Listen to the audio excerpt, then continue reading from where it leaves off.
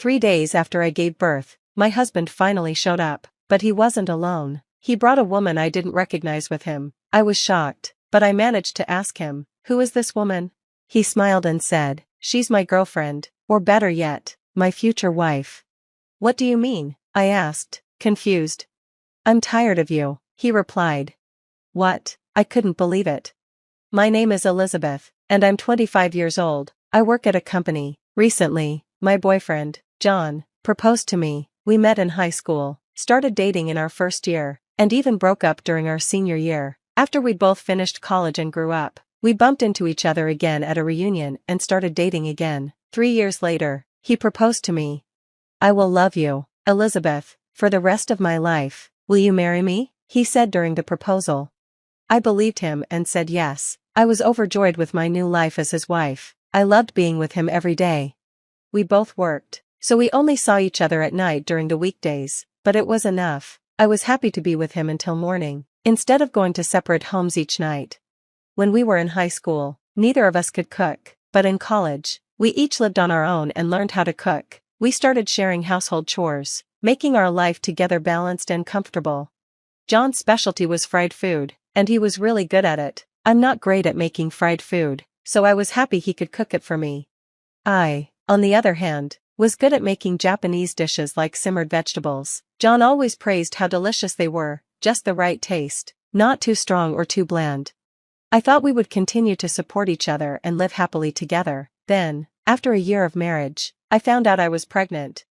I was so happy that I immediately told him, "John, I'm pregnant." "Oh, really?" "Yes, I am."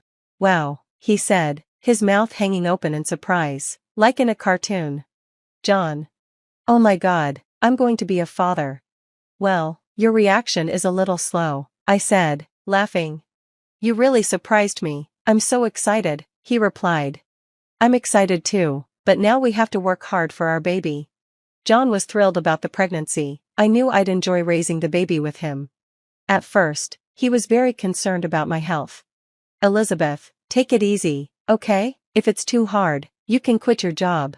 "Thank you, but I'll try to work until my maternity leave," I said. "Okay, I'll take care of everything at home." "Thanks." With his help, I was able to rest well through the morning sickness. As I got closer to my due date, things started to change. My husband began coming home later and later. "Did you work late again today?" I asked when he got home. "Yes, I left some things for my coworkers to do. Now that you're in a stable period, I thought it was time to make up for taking time off from work," he replied. "I see, so, you stayed late even though you had overtime to do?" "Well, your health is the most important thing, but I neglected my work for 2 months. I don't want to be out of a job after the baby's born." "That makes sense. I'm a little nervous about being home alone, but if that's the case, I won't complain. Maybe I'll go back to my parents' house when I start maternity leave," I suggested. He seemed relieved. "That's good, then I can work overtime without worrying." I knew I'd miss seeing my husband, but I also felt relieved knowing I'd have support from my parents during maternity leave. So, once my maternity leave began, I moved back in with my parents. It felt so much easier to be in a familiar home without having to do the housework. Having my mom around made me feel secure. But there was one thing that started to bother me. My husband had been slow to reply to my messages lately. Before, no matter how busy he was, he always replied the same day. Even when I had morning sickness, he would always get back to me quickly. But now, his responses were taking a day or even two, and they felt short and distant. The other day, I sent him a message asking if he was still busy at work and reminded him not to overwork himself. His response was just, "Yeah." I started to worry since I didn't see him anymore, but I knew I shouldn't stress about it since I was pregnant. So, I decided not to dwell on it and tried to focus on staying positive, thinking about life after the baby was born. I bought lots of baby things. "Oh, you're buying too much," my mom joked. "No, we need everything to make sure the baby is safe and comfortable," I said. "You're so excited about your first grandchild," my dad added. "You're the one who keeps asking the shop assistants questions," I laughed. "Thank you, Mom and Dad," I said, feeling grateful for their support. Even though my husband wasn't replying much, I stayed focused and happy, waiting for the baby's arrival. The due date finally arrived. I sent a message to my husband, letting him know it was the day, and told him to be ready to come to the hospital when I contacted him. But he didn't even read the message. Maybe he's busy with work, I thought. My husband knew my due date was coming, so I wished he would be more aware of it. As my labor pains began, we went to the hospital. I was finally going to have the baby. I couldn't call my husband myself, so I asked my mom to leave him a voicemail about the delivery. But still, he didn't show up that night. He didn't return any of my calls. I went up to the delivery table without him. The birth was harder and longer than I expected.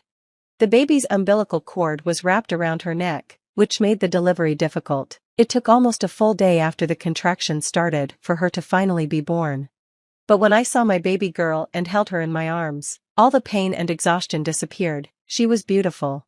"You did your best to come into the world, didn't you?" I whispered to her.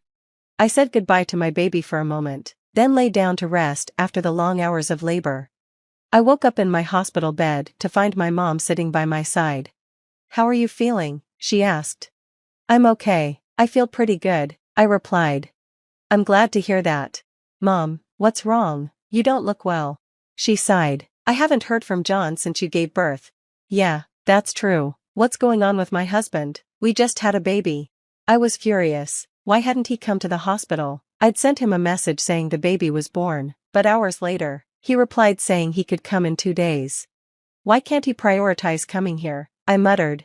Before the baby came, I'd tried not to let myself think negatively, but now that the baby was here, I couldn't hold back my frustration. Why can't he come now, when his own child is born? Shouldn't he be here? I was boiling with anger. Is his work that strict? I sent him a message, putting all my anger into it, but he only read it and didn't reply. What's going on? He was so happy when I told him I was pregnant, but now he seems so distant. My parents were also upset. My dad said he'd give John a lecture when he saw him. Finally, 3 days after the birth, John showed up, but he wasn't alone. He brought another woman with him. I was so shocked I couldn't even speak at first. "You look well," he said casually.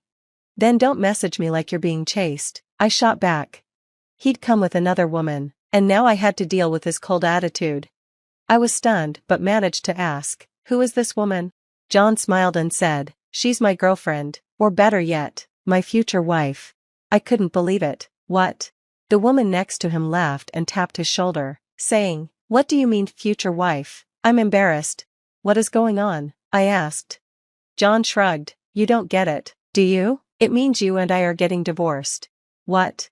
I was in shock. "Wait a minute, are you saying you were having an affair?" John replied, "Well, adultery doesn't sound great. It's more like I found someone else to love and we hit it off." The woman chimed in, "I'm just tired of you." John continued, "You know, men are attracted to women who take care of themselves." "Are you saying I wasn't taking care of myself?" I asked, hurt. "You got fat and bloated staying at home all the time," he said coldly. "I was lying in bed because I was pregnant and sick. It's normal to gain weight when you're pregnant. So you had an affair because of that?" I couldn't believe what he was saying. "I don't have romantic feelings for you anymore," he said, turning to the other woman. "I met someone better." They started flirting in front of me. "I've had enough," I muttered. "Okay, I'm done. Just get the divorce and leave already," he snapped.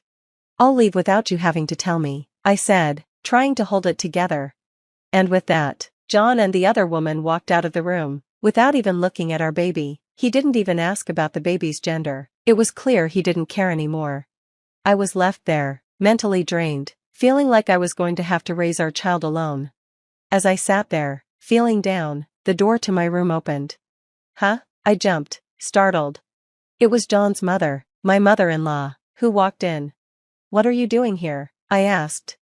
"Elizabeth, I'm so sorry for my stupid son," she said, her voice full of regret. Apparently, she had seen John and his new lover in the parking lot. After questioning him, he told her exactly what he had told me. She said she sent the woman home and then dragged John to the hospital to face me. "How could you do this? You had an affair with another woman while your pregnant wife was waiting for you, and now you want a divorce?" My mother-in-law's voice was full of disbelief and anger. "You have no idea how many times your father would have hit you if he were still here." I felt my heart sink, knowing what she was referring to. My father-in-law had passed away a few years ago. I didn't have a choice. She approached me, and I fell in love with her, my husband said, avoiding looking at me. How could I have married a man like this? I whispered, my voice trembling with hurt. My mother-in-law, still angry, looked at me. Elizabeth, do you still want to stay married to John? I didn't hesitate. No, I want a divorce now. She nodded, her expression softening a little. Well, that's fine. John, hearing that I wanted a divorce, seemed almost relieved. He didn't seem to care at all. But my mother-in-law wasn't done. Then you're going to pay alimony for your affair and child support. What? John looked shocked, as if he hadn't expected this. Of course, she continued, you committed adultery. You need to take responsibility for that, and if you divorce Elizabeth, I'll stop sending you money. John was baffled. What do you mean, sending money?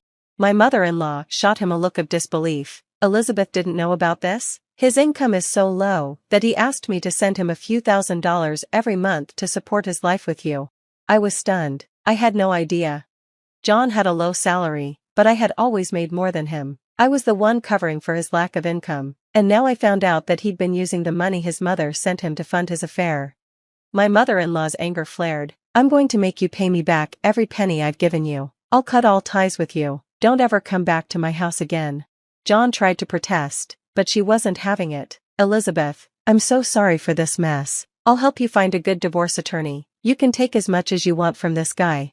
Thank you, I said, feeling a sense of relief that I wasn't facing this alone. My mother-in-law left with John, and I knew I had to get everything I was owed. I demanded divorce alimony and child support from John, and of course, I also went after his adulterous partner. John's life fell apart after that. He had deep debts, and without his mother's support or the money from his affair, he was left alone and broke. He spent his days paying off alimony and child support, living in poverty, with no one to turn to. As for me, I moved forward. I returned to work as a single mother, doing my best to raise my child and give her a good life. I stayed in touch with my mother-in-law, who was now a part of my life and my daughter's life. My ex-husband might have been in, but I could thank him for one thing: he had introduced me to my amazing mother-in-law. Having an affair while pregnant is unforgivable. I wish there was a harsher punishment for what he did, but in the end, I was glad the woman saw through him and walked away from that kind of scum. Now, I focus on my daughter and look forward to a happier life with her. I hope we can live peacefully and joyfully from here on out. The pregnancy test glowed positive in my trembling hands, a tiny window to my future that should have brought pure joy. Instead, my phone buzzed with another anonymous message. You don't deserve this baby. You'll never be good enough for this family. I'm Lila, and until 3 months ago, my life was beautifully ordinary. The local library where I worked had just promoted me to head of children's services. My husband Ryan and I had finally started trying for a baby. Even my mother-in-law Donna seemed to be easing up on her constant hints about grandchildren. Have you taken it yet? Ryan called through the bathroom door. Just give me a minute. I slipped the test into my pocket and deleted the message, adding it to the growing collection I hadn't told him about. The first one arrived the day after we announced we were trying for a baby. I opened the door to find Ryan's eager face. His blue eyes searched mine, hope radiating from every pore. Well? It's positive. I forced a smile, letting him sweep me into his arms. Over his shoulder, I caught my reflection in the mirror. Pale, strained, nothing like the glowing mother-to-be I should have been. Mom's going to flip, he laughed, already reaching for his phone. Wait. I grabbed his wrist. Can we just keep it between us for a while? His face fell slightly. She's been waiting for this forever, Lila. You know how important family is to her. That's exactly what worried me. Donna's version of family came with conditions, expectations, and judgment wrapped in sugary smiles. The messages started after our last dinner with her, where she'd cornered me in the kitchen. A mother's love is fierce, she'd said, arranging cookies on a plate with surgical precision. We do whatever it takes to protect our children. Remember that, dear. My phone buzzed again. Ryan was already calling his mother, his voice echoing through our small house. I checked the message. You think you can handle motherhood? Wait until everyone knows what you really are. Lila? Ryan's voice snapped me back. Mom wants to take us to dinner tonight to celebrate. I haven't even made a doctor's appointment yet, I protested weakly. She's already at that new French place downtown. Says she had a feeling today was special. He beamed, completely missing my discomfort. The restaurant was exactly Donna's style, all crystal chandeliers and starched tablecloths. She stood when we arrived, perfectly coiffed in her nurse's uniform. I just got off shift, she explained, hugging Ryan tight before turning to me. Lila, darling, you're looking tired. Working hard, I mumbled, sliding into my seat. Well, that will have to change now, won't it? Her smile didn't reach her eyes. A mother's first priority is her child. My phone buzzed in my purse. I ignored it. Have you thought about taking a break from the library? Donna continued. The first trimester is so delicate. All that dust and those germy children. Mom, Ryan warned, but she waved him off. I'm just concerned. After what happened with Ryan's sister, Donna, I cut in sharply. We never discussed Sarah's miscarriage. It was an unspoken rule. The waiter arrived with champagne. Just sparkling cider for the mother-to-be, Donna trilled, and I excused myself to the bathroom. 3 new messages waited. Ask her about Sarah. Ask her what really happened. Ask her what she did. I stared at my phone, ice creeping through my veins. Only family knew about Sarah. Only family knew what happened 15 years ago when Donna was still working as a labor and delivery nurse. When I returned to the table, Donna was showing Ryan baby pictures on her phone. You were such a perfect baby, she cooed. We'll have to make sure everything is just as perfect this time. Her eyes met mine, and in that moment, I knew. The messages, the threats, the timing, it all led back to her. My mother-in-law was declaring war, and my baby was the battlefield. I smiled back, my hand protectively covering my stomach. Game on, Donna. Game on. The first ultrasound photo sat between Ryan and me at breakfast like a loaded gun. 3 sets of copies, 1 for us, 1 for the doctor's office, and 1 Donna had already claimed as her right. She's redecorating the guest room, Ryan said, stirring his coffee. Says it'll make the perfect nursery when we visit. I gripped my fork tighter. We live 15 minutes away. Why would we need a nursery at her house? Mom just wants to be involved. He reached for my hand, but I pulled away to check my phone. Another message waited. Mothers know best. Always have, always will. The cafe next door chimed its morning bell. Through the window, I watched Mike arrange his sidewalk tables, his movements precise and practiced. He caught my eye and waved, concern creasing his weathered face. I'd been avoiding his usual morning chats lately, unsure how much my face might betray. I need to set some boundaries with your mother, I said carefully. Ryan's spoon clinked against his cup. What kind of boundaries? She called my supervisor yesterday, tried to convince her I needed medical leave immediately. The memory made my jaw clench. Said the library environment wasn't safe for her grandchild. She means well. She's suffocating me. The words exploded louder than intended. Outside, Mike glanced our way again. Ryan pushed back from the table. You're being dramatic. This pregnancy has you emotional. Don't.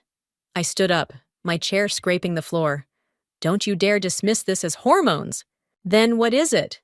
Because lately you jump every time your phone buzzes. You barely sleep. You won't let Mom help with anything. Help? Is that what you call this? I thrust my phone at him, opening the message thread. His eyes scanned the screen, brow furrowing. These are all from unknown numbers. Could be anyone. Read the one about Sarah. His face went slack. How? Who would know about that? Think, Ryan. Who's been obsessing over this pregnancy? Who worked at the hospital when Sarah lost her baby? Who keeps talking about making everything perfect this time? You can't seriously think, my mother. The doorbell rang. We both froze. Surprise! Donna's voice carried through the house. I brought nursery paint samples. Ryan shot me a warning look before calling out, In the kitchen, Mom! She breezed in, arms full of color swatches and fabric samples. Her nurse's uniform was immaculate as always, but something wild danced behind her eyes. "I was thinking soft greens," she said, spreading everything across our breakfast table. "So much more soothing than traditional pink or blue. We want everything calm and peaceful this time, don't we?" My phone buzzed. Without looking, I knew another message waited. "Actually," I said, standing straighter, "we're not making any nursery decisions yet. It's too early." Donna's smile tightened. "Nonsense. The first trimester is crucial for planning. Everything needs to be perfect before—" "Before what?" I challenged. "Before something goes wrong?" "Lila," Ryan warned. "No, I want to know." "Before what, Donna?" She gathered her samples with trembling hands. "I only want what's best for my grandchild.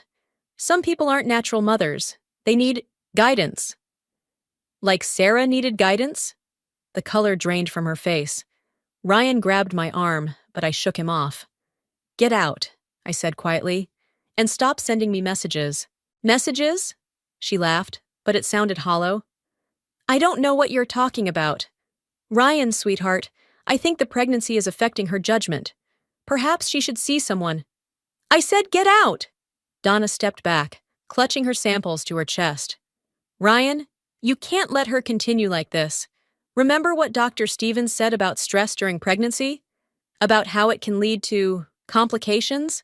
My blood ran cold. Dr. Stevens was my new obstetrician. I hadn't told anyone his name yet. "How did you—" I started, but Donna was already heading for the door. "Just think about the paint samples, dear," she called back. "Green is so soothing, so safe." After she left, Ryan wouldn't meet my eyes. "I'll talk to her," he mumbled. "She'll back off." But we both knew better. My phone buzzed one final time. "Green walls won't save you.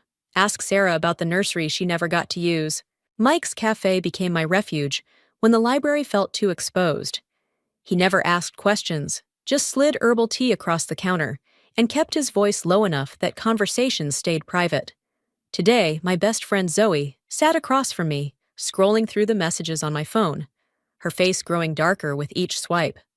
"This is straight-up stalking," she said, pushing the phone back. "You need to show these to the police." "And tell them what? That my mother-in-law might be sending anonymous threats?" I wrapped my hands around the warm mug. "Ryan already thinks I'm paranoid." Speaking of Ryan, Mike appeared with fresh scones, his eyes darting to the window. Through the glass, I saw Ryan's mother approaching the cafe, still in her nurse's uniform. "Back door," Mike muttered, already moving to intercept her. Zoe and I slipped through the kitchen just as the bell chimed. Donna's voice carried through the walls. "Have you seen my daughter-in-law? She's missed 2 prenatal vitamins appointments I scheduled." In the alley, I leaned against the brick wall, pulse racing. "She's tracking my medical appointments now." "Time to see someone professional," Zoe insisted. "I know a therapist." "I don't need therapy. I need proof." My phone buzzed with a new message. "Running away won't protect the baby. Remember what happened when Sarah tried to hide?" "What happened to Sarah?" Zoe asked, reading over my shoulder. "Ryan's sister. She lost her baby 15 years ago when Donna was still working as a labor nurse. Nobody talks about it." "Mrs. Reynolds might know something," Zoe said. "She volunteers at the hospital archives." An hour later, we sat in Mrs. Reynolds's cramped office, surrounded by filing cabinets. She adjusted her glasses, frowning at the computer screen. "There was an investigation," she said finally. "Internal review of the maternity ward. Several incidents of unauthorized interventions in high-risk pregnancies." "What kind of interventions?" Or records are sealed. But one nurse was suspended pending review. She resigned before—" Mrs. Reynolds stopped, squinting at the screen. "That's odd. The files have been accessed recently, multiple times from the hospital's internal system." My phone buzzed again. "Digging up the past? Careful where you step. Some graves should stay buried." I showed Mrs. Reynolds the message. Her face paled. "Get out of here, now, and watch your back." That evening, I found Ryan in his home office, surrounded by old photo albums. "Mom dropped these off," he said without looking up. "Said we should learn from family history." I picked up a photo. Sarah, heavily pregnant, looking anxiously over her shoulder. Behind her, barely visible in the background, stood Donna, watching. She was 8 months along, Ryan said softly. Everything was fine until... Until what? Mom was on shift that night. Said Sarah was showing signs of distress. She made the call to induce early. Something went wrong. The baby... He closed the album. Mom never forgave herself. Or Sarah, I added. Where is she now? Nobody knows. She left town right after. Mom says the grief broke her. My phone lit up. Sarah knew too much. Don't make her mistakes. Ryan saw the message. This has to stop. I'm calling Mom. Don't! I grabbed his arm. Think about it. The messages started when we announced the pregnancy. They mentioned Sarah, your mother's shifts, my doctor's appointments. Who else could know all that? You're saying my mother drove her own daughter away? That she's threatening you now? He stood up, shaking his head. Listen to yourself. I did some digging. There was an investigation at the hospital before she resigned. Something about unauthorized interventions in pregnancies. Enough! He slammed his hand on the desk. You need help, Lila. Professional help. Mom's right. This stress isn't good for the baby. Your mother's right? Of course. She's always right, isn't she? Just like she was right about Sarah's baby? The silence that followed was deafening. Finally, Ryan picked up his keys. I'm staying at Mom's tonight. Call me when you're ready to get help. After he left, one final message arrived with an old newspaper clipping. Sarah's story, local woman questions hospital procedures in late-term loss. The article was incomplete, but one quote stood out. Someone deliberately interfered. They thought they knew what was best. I touched my stomach, feeling the first flutter of movement. It's okay, I whispered. I won't let history repeat itself. My phone buzzed. Too late. History always repeats. Ask Dr. Stevens about his new orders for your care. Dr. Stevens' office felt different today. The same bland walls, the same medical posters, but now I noticed the fresh flowers on his desk, identical to the ones Donna always kept in her kitchen. Your mother-in-law has expressed concerns, he said, reviewing my chart. Given your family's history of complications. What family history? I kept my voice steady, though my nails dug into my palms. I've never had complications. Ah! He shifted uncomfortably. I meant your husband's family, the incident with Sarah. Who told you about Sarah? Before he could answer, his phone buzzed. He glanced at it, then quickly turned it face down. I'm recommending bed rest, immediate medical leave from work. Just like Donna wanted, I left without taking his prescription, my phone already buzzing with a new message. Doctor's orders, for the baby's sake. Zoe was waiting in her car outside. Well? We need to move faster, I showed her the message. She's got the doctor in her pocket now. I might have something. Zoe pulled out her laptop. Remember that hospital investigation? I found Sarah. My heart stopped. Where? Portland. She's a social worker now, specializing in maternal trauma cases. Zoe turned the screen toward me, showing a professional headshot. Sarah's eyes held the same haunted look I'd seen in the old photo. She's giving a talk next week about medical abuse in pregnancy care. Book me a ticket. Already did. But Lila, Zoe hesitated. What if Ryan's right? What if we're seeing connections that aren't... My phone chimed with another message. This time, it was a photo of Sarah's speaking engagement poster, crossed out in red. Below it, history doesn't just repeat, it teaches lessons. I showed Zoe. Still think I'm imagining things? That night, I packed quietly while Ryan slept at his mother's. A soft knock at the door made me freeze. It's Mike, a voice whispered. I opened the door to find my neighbor looking grave. Donna was asking questions at the cafe today, about your schedule, your friends. She seemed different, agitated. Did she mention Sarah? No, but... He glanced over his shoulder. She was making calls about flight bookings to Portland.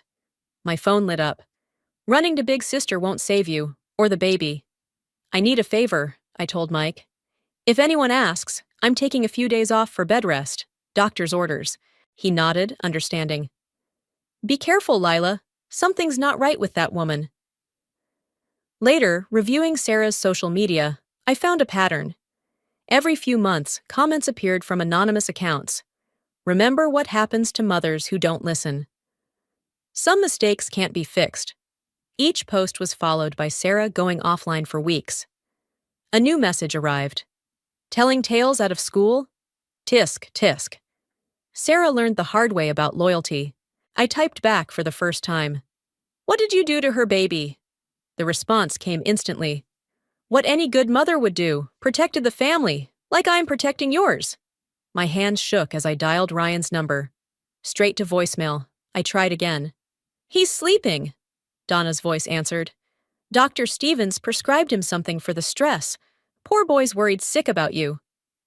What did you give him? Just looking after my son. Like I looked after Sarah. Like I'll look after your baby. Stay away from my family. Oh, sweetheart. Her laugh sent chills down my spine.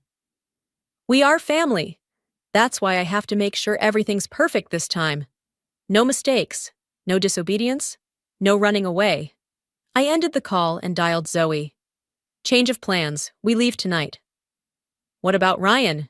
I touched my stomach, feeling the baby move. She's drugging him, like she probably drugged Sarah. I can't wait any longer. Lila, Zoe's voice dropped. Someone's watching your house. Black car, been there an hour. My phone buzzed one last time. Mothers know best.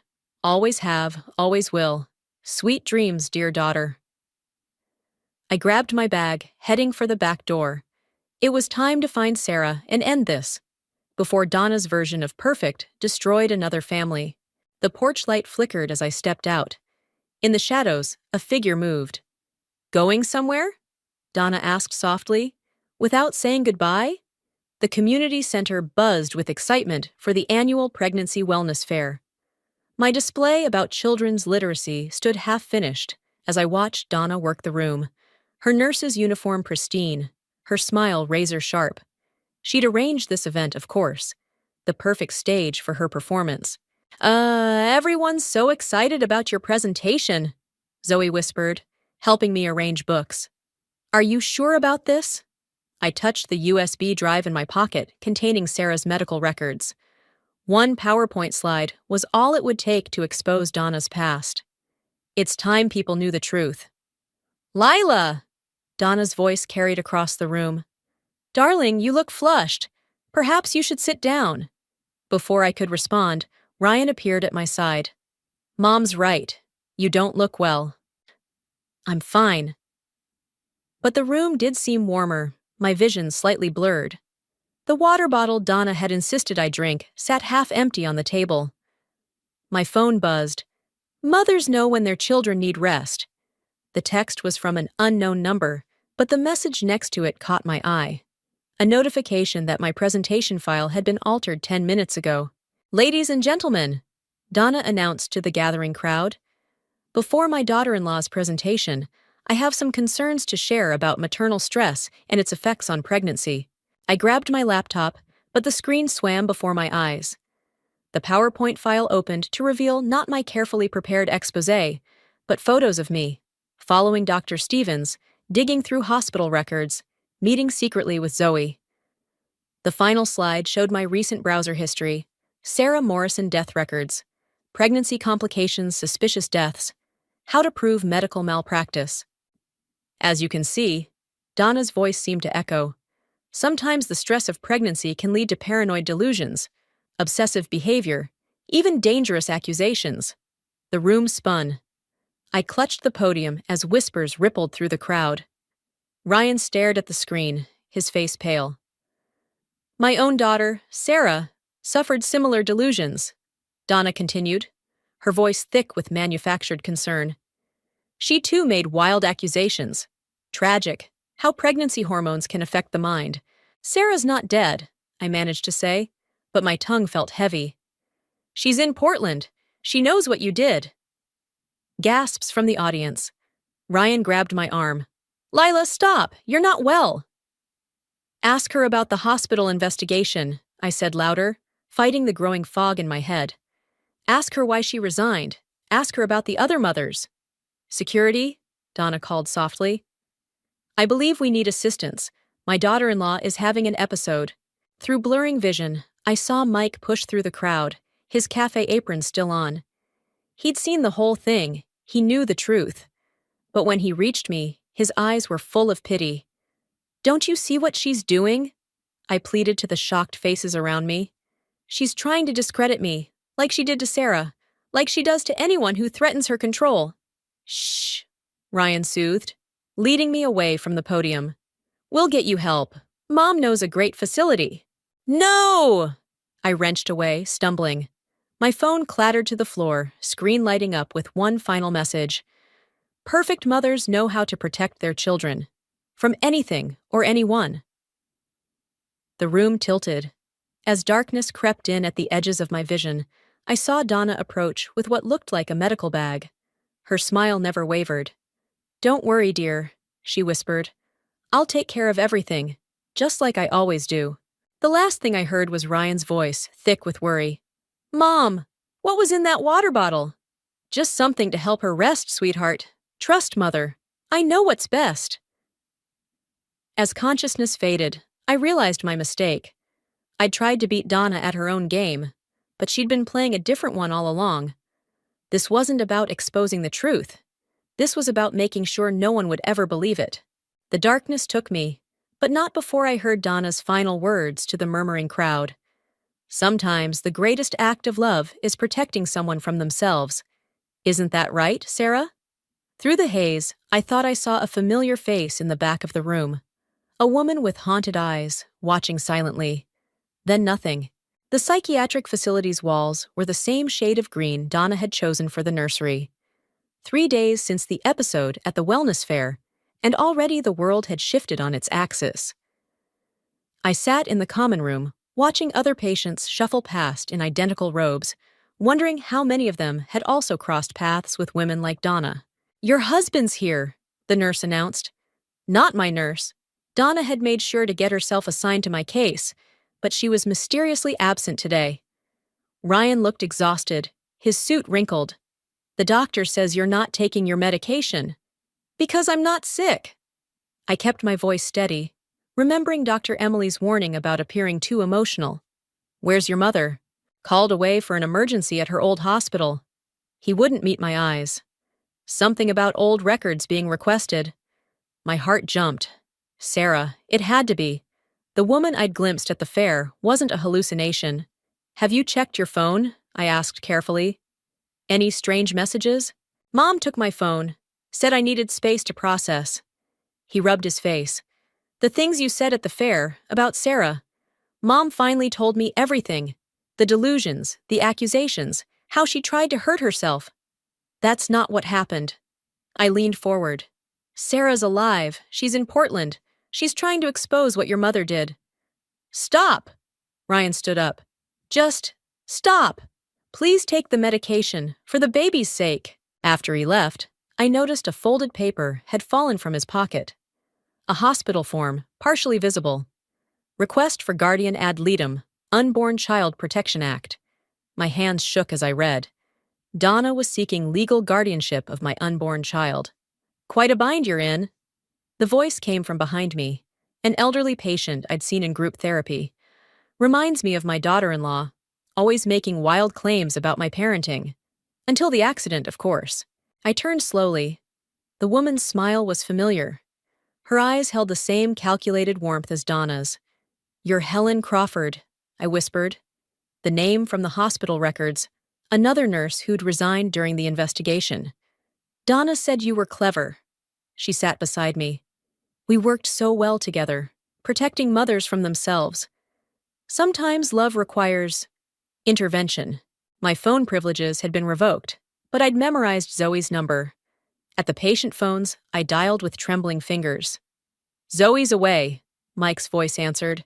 Left town suddenly. Something about a graphic design emergency in Portland. Relief flooded through me. She'd gone to find Sarah. Tell her, I started, but Helen appeared beside me. Time for group. she said pleasantly. We're discussing maternal instincts today. In group therapy, Helen led the session. Each story followed the same pattern: difficult daughters-in-law, necessary interventions, tragic accidents.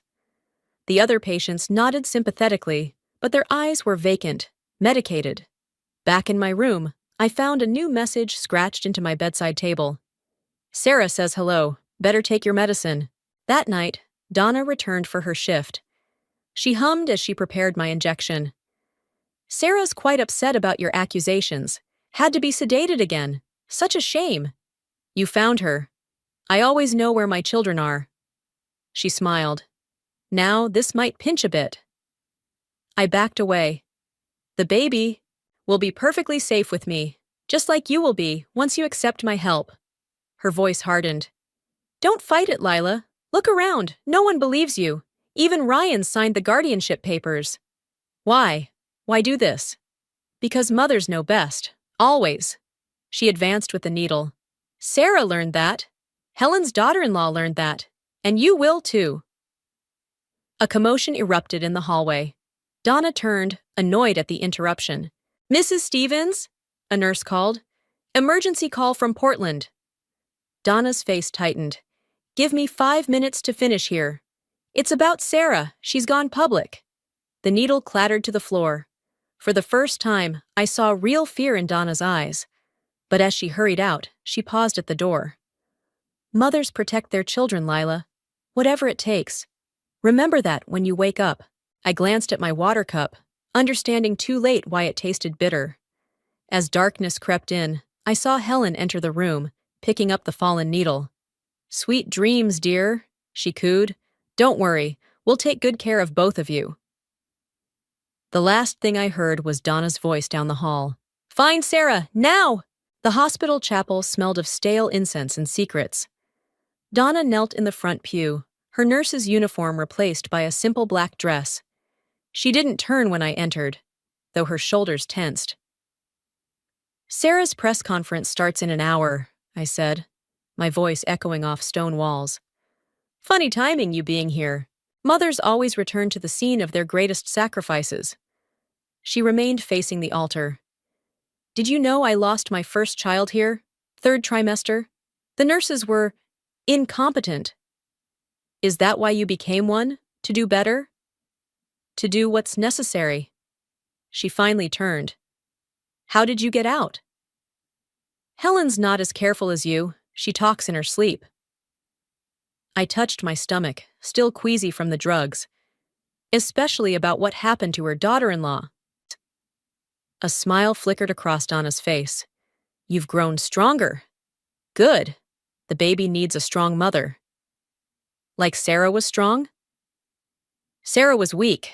She wouldn't listen, wouldn't understand that sometimes love means making impossible choices. Donna stood, smoothing her dress. But you're different. You fight back, like I did. Through the stained glass, red light painted her face like blood. My phone buzzed, Zoe's signal that Sarah was ready. Tell me about your first baby, I said softly. The one you lost. Something cracked in Donna's expression. The nurses, they said I was too controlling, that my anxiety was hurting the baby. They sedated me. When I woke up, her hands clenched. I promised myself no mother would ever feel that helpless again. So you became the one in control, deciding which mothers were worthy, which babies needed protection. I stepped closer. How many, Donna? How many families did you destroy? I saved them! Her composure shattered. Weak mothers make weak children. Sarah didn't understand that. She would have ruined my grandchild with her softness, just like you would ruin yours. Sarah's baby didn't die, did it? The truth hit like lightning. You took it. Donna's laugh was hollow. Adopted, officially. A lovely couple in Portland. Sarah was declared unfit. Postpartum psychosis, they called it. The same diagnosis you have, dear. My phone buzzed again. In 15 minutes, Sarah would tell her story to the world. But there was one piece missing. Where are the records? I asked. The real ones, not the falsified versions. Safe. Unlike you. She reached into her purse. I had such hopes, Lila. We could have been perfect together, but you're just like Sarah, too stubborn to accept help. The syringe caught the red light. The baby will be better off without your influence. Ryan understands that now. Does he understand this? I held up my phone, playing the recording of her confession. Or should I forward it to the press first? Her hand trembled. You wouldn't dare. Try me. I touched my stomach again. I learned from the best, after all. Mothers do whatever it takes, right? She lunged with the syringe. I sidestepped, letting her momentum carry her past me. She stumbled, catching herself on the altar. It's over, Donna. Sarah's alive. Her baby's alive. And everyone's about to know what you did. No. She straightened, something feral in her eyes. No one will believe you. You're just another unstable mother, like Sarah, like all the others. Except I'm not alone. The chapel doors opened. Ryan stood there, his face ashen, holding his phone. Behind him, Helen waited in handcuffs, flanked by police. Mom! Ryan's voice cracked. What did you do to Sarah? Donna's mask crumbled completely. I protected our family. Everything I did was for... Save it for the press conference, I cut in. Sarah's waiting to reunite with her child. Your perfect family is about to get very public. As they led her away, Donna turned back one last time. You'll understand someday, she whispered. When the baby comes. Sometimes love looks like madness. I watched her disappear into the red light, one hand on my stomach, the other holding Ryan's trembling fingers. I already understand, I murmured. Love looks like truth. The courtroom emptied slowly, leaving behind the hollow echo of justice served. 15 years of Donna's crimes laid bare, each victim's story more haunting than the last. Sarah sat 2 rows behind me, clutching her teenage son's hand, a boy with Ryan's eyes and her quiet strength. Mike appeared with coffee from his cafe. Thought you might need this. Thanks. I watched Ryan lingering by the prosecutor's table, shuffling papers that didn't need shuffling. Did you read it? The letter? Yeah. He settled beside me. Donna always did have perfect handwriting. The envelope had arrived this morning, just before sentencing. Inside, a single page held more truth than months of testimony. Perfect mothers don't exist. I see that now.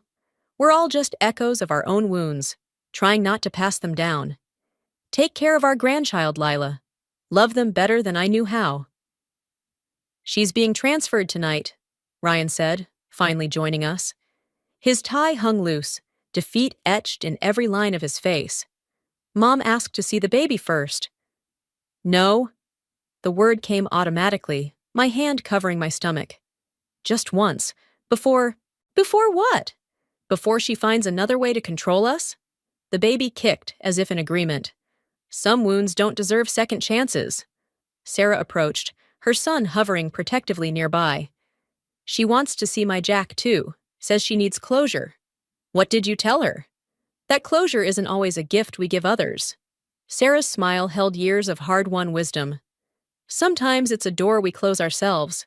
Through the courthouse windows, reporters gathered on the steps, hungry for the story of the nurse who stole babies in the name of perfect motherhood.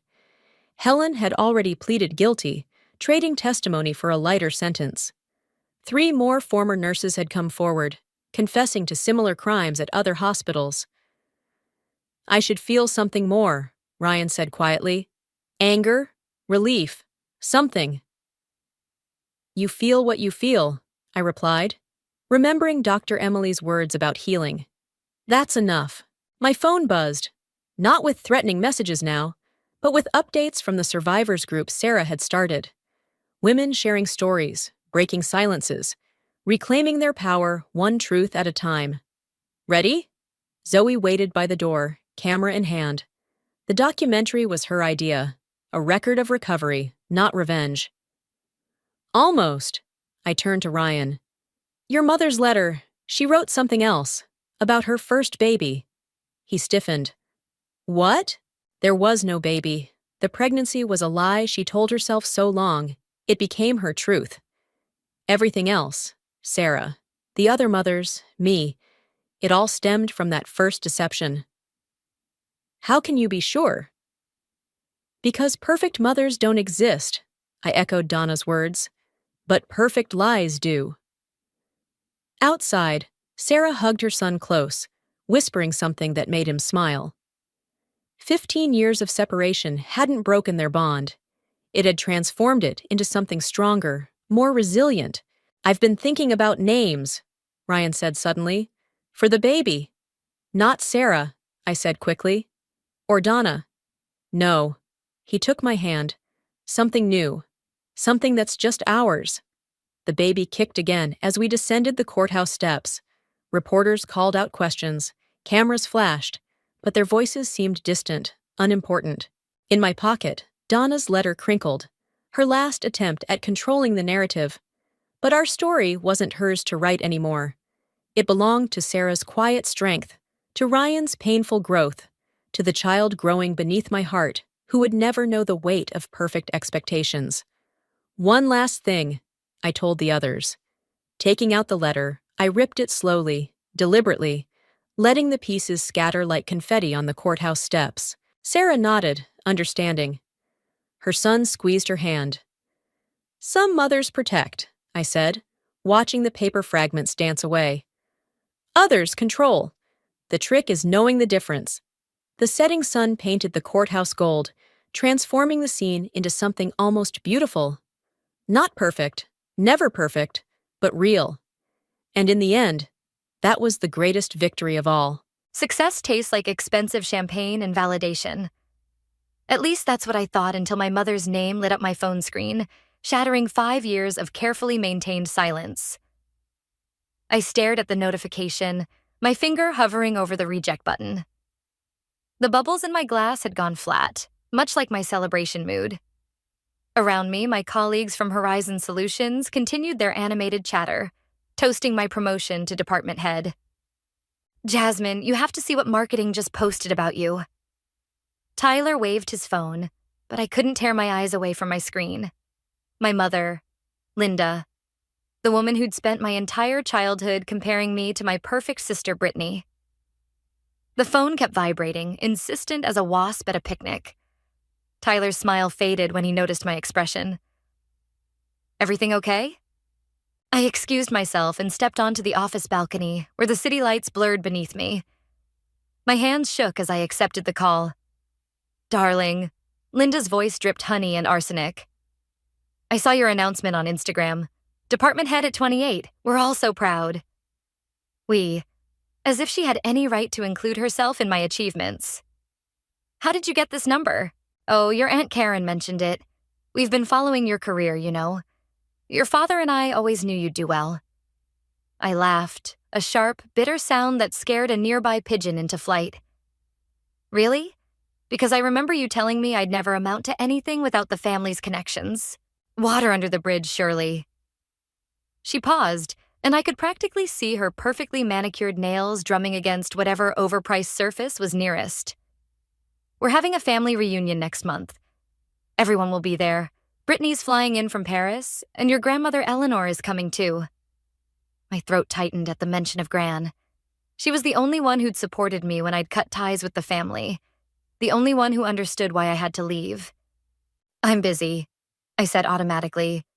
Busy avoiding your family? Darling, you're not that little girl anymore. You've proven yourself. Isn't it time to let go of old grievances? Old grievances, like the time she'd torn up my art school acceptance letter because it didn't fit the family image. Or when she'd given Brittany my college fund because she showed more promise. Why now? I demanded. Why reach out after 5 years? Because we're family, she said, as if that explained everything. And family should celebrate success together. Think about it. You could show everyone how far you've come. Brittany would love to hear about your work. I bet she would. My sister had always been fascinated by my failures, less so by my successes. I'll think about it, I said, knowing I wouldn't. Wonderful. I'll text you the details. And Jasmine? Her voice softened to that dangerous velvet tone I remembered from childhood. Do try to dress appropriately this time. You know how these gatherings can be.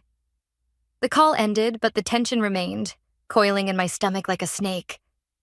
Through the glass doors, I could see Tyler watching me with concern. He'd been there through the worst of my family drama, picking up the pieces when I'd finally broken free. My phone buzzed again, a text this time with an address and date. Below it, a photo appeared. My mother, father, and Brittany posed perfectly in their perfect living room, wearing perfect smiles that never quite reached their eyes. I should delete it, block the number, continue building my life without their toxic influence. Instead, I found myself saving the details, a plan already forming in my mind. They wanted to see how far I'd come? Fine. I'd show them exactly what their neglect had created. Someone who'd learned to fight back. My champagne sat abandoned on a nearby table, warm and flat. I picked it up anyway and drained it in one go. Sometimes revenge, like champagne, is best served cold. Gran's house always smelled like lavender and rebellion. I found her in her garden, pruning roses with the same precision she'd once used to cut toxic people from her life. The silver streaks in her hair caught the afternoon sun as she turned to face me. "I wondered when you'd show up," Eleanor said, setting down her shears. "Linda called." Of course she had. My mother's network of informants rivaled the CIA. Then you know about the reunion. I know it's a trap. Gran's eyes narrowed. What I don't know is why you're considering walking into it. I helped her gather the cut roses, their thorns pressing against my palms. Maybe I'm tired of running. You never ran, Jasmine. You escaped. She led me inside where 2 teacups already waited. Earl Grey, my favorite. There's a difference. The kitchen walls held photographs spanning decades. Weddings, graduations, family gatherings. I noticed how the recent ones showed only half the family, split along battle lines drawn years ago. "Brittany's back from Paris," I said, watching Gran's reaction. Her lips tightened. "Yes, another failed fashion venture, I hear. Though your mother calls it a strategic career pivot." She poured the tea with steady hands. "Did you know she's been asking about your company?" My cup froze halfway to my lips. "What?" Madison overheard her at Karen's dinner party last week. Very interested in Horizon Solutions' client list. Gran's voice carried a warning. "Your sister always did prefer stealing success to earning it." A memory surfaced. Brittany, 16, wearing my award-winning art piece like a crown at the school exhibition, accepting praise while I watched from the shadows, mother beaming at her golden child. My phone buzzed. A text from Tyler. "Your sister just requested to connect on LinkedIn. Heads up." "They're planning something," I said, showing Gran the message. "Of course they are." She reached across the table, her fingers closing over mine. "The question is, what are you going to do about it?" Before I could answer, another text arrived. Brittany. "Sis, let's grab coffee tomorrow? So much to catch up on." XOXO. Gran read the message over my shoulder and snorted. "The last time she wanted to catch up, you lost that gallery opportunity." I remember. The rejection letter had arrived suspiciously soon after Brittany learned which gallery I'd applied to. "Pure coincidence," Mother had said, just like all the other coincidences that seemed to follow my sister's interest in my life. "You could say no," Gran suggested. "Keep your distance, stay safe." I stared at the roses we'd gathered, blood red and perfect. Or I could say yes and find out what they're really after. "Jasmine." Gran's voice carried decades of concern. "Some gardens are better left unpruned. And some weeds need to be pulled out by the roots." I typed a quick reply to Brittany, suggesting a trendy cafe downtown. Besides, I'm not that naive art student anymore. "No," Gran agreed, studying me with a mixture of pride and worry. "You're much more dangerous now." My phone lit up with Brittany's immediate response. "Perfect. Can't wait to hear all about your promotion. Mom says you're doing so well." I could almost taste the poison beneath the sweetness. 7 years ago, I would have believed her enthusiasm. 7 years ago, I still thought family meant protection, not predation. "Just promise me something," Gran said as I gathered my things to leave. Whatever you're planning, and don't tell me you're not planning something. Remember that revenge is like those roses. Beautiful, but the thorns cut both ways. I hugged her goodbye, breathing in that familiar lavender scent. I learned from the best, Gran. You taught me how to handle thorns. As I drove home, Brittany's text glowed on my passenger seat like a challenge. Tomorrow, I'd walk into that cafe armed with years of accumulated pain and a newly forged armor of success. Let them try their games. This time, I knew how to play. And I had something they didn't. Nothing left to lose. The cafe's security footage played on my laptop screen in grainy black and white.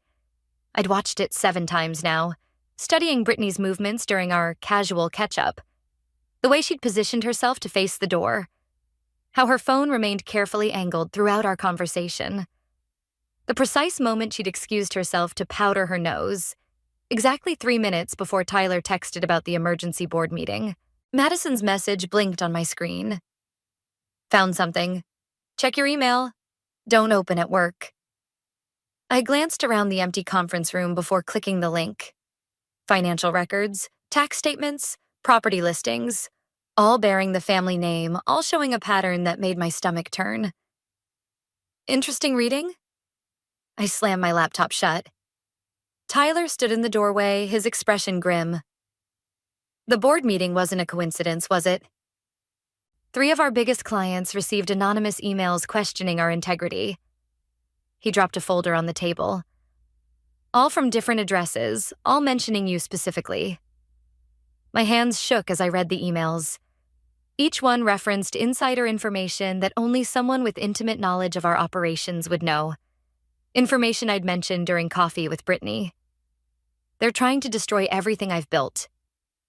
The words tasted like acid. Tyler's hand found my shoulder. We traced the IP addresses, all from high-end hotels in Paris, where Brittany's been staying. I laughed, but it sounded more like breaking glass. Mother always said she had a talent for networking. My phone buzzed. Linda's number. I let it ring through to voicemail. Darling, I heard about the unfortunate situation at work. These things happen in business. Perhaps it's time to consider other opportunities? The family business could always use someone with your experience. The family business. The same one that, according to Madison's documents, was hemorrhaging money through a maze of shell companies and fraudulent investments. The same one that had mysteriously acquired several properties shortly after their original owners faced sudden financial ruin. They're not just trying to destroy me, I realized. They're trying to force me back under their control. Tyler studied the documents spread across the table. This goes deeper than family drama, Jasmine. This is corporate espionage. No. I stood up, pieces clicking into place. This is desperation. Look at these dates. I pointed to the property acquisitions. Each one corresponds to one of Brittany's successful ventures. They've been using the family business to launder money through her failed projects. My phone buzzed again. A text from Madison. Aunt Linda's asking questions about my access to company records. Be careful. The walls seemed to close in. Years of manipulation, of calculated cruelty, all leading to this moment. They'd let me build myself up just to tear me down, expecting me to crawl back, begging for help. We need to alert the authorities, Tyler suggested. Not yet. I gathered the documents, mind racing. They've covered their tracks too well. We need irrefutable proof. The reunion's in 2 weeks, he reminded me. They'll expect you to have broken by then. A plan formed, dark and dangerous as storm clouds. Then let's give them exactly what they expect. My phone lit up with another call. Brittany this time. I answered on speaker. Sis, I just heard about the board meeting. Are you okay? The concern in her voice was perfect. Practiced. I thought of all the times she'd used that same tone while taking credit for my work, stealing my opportunities, destroying my chances. I don't know what to do, I whispered, letting my voice crack. Everything's falling apart. Oh, honey. The satisfaction beneath her sympathy was barely concealed. Come home. We'll figure this out together. Family first, right? Right. I agreed, catching Tyler's worried look. Family first. After hanging up, I opened my laptop and began typing my resignation letter. Sometimes the only way to dismantle a trap is to step into it willingly. "Are you sure about this?" Tyler asked. I thought of Gran's roses, of thorns that cut both ways.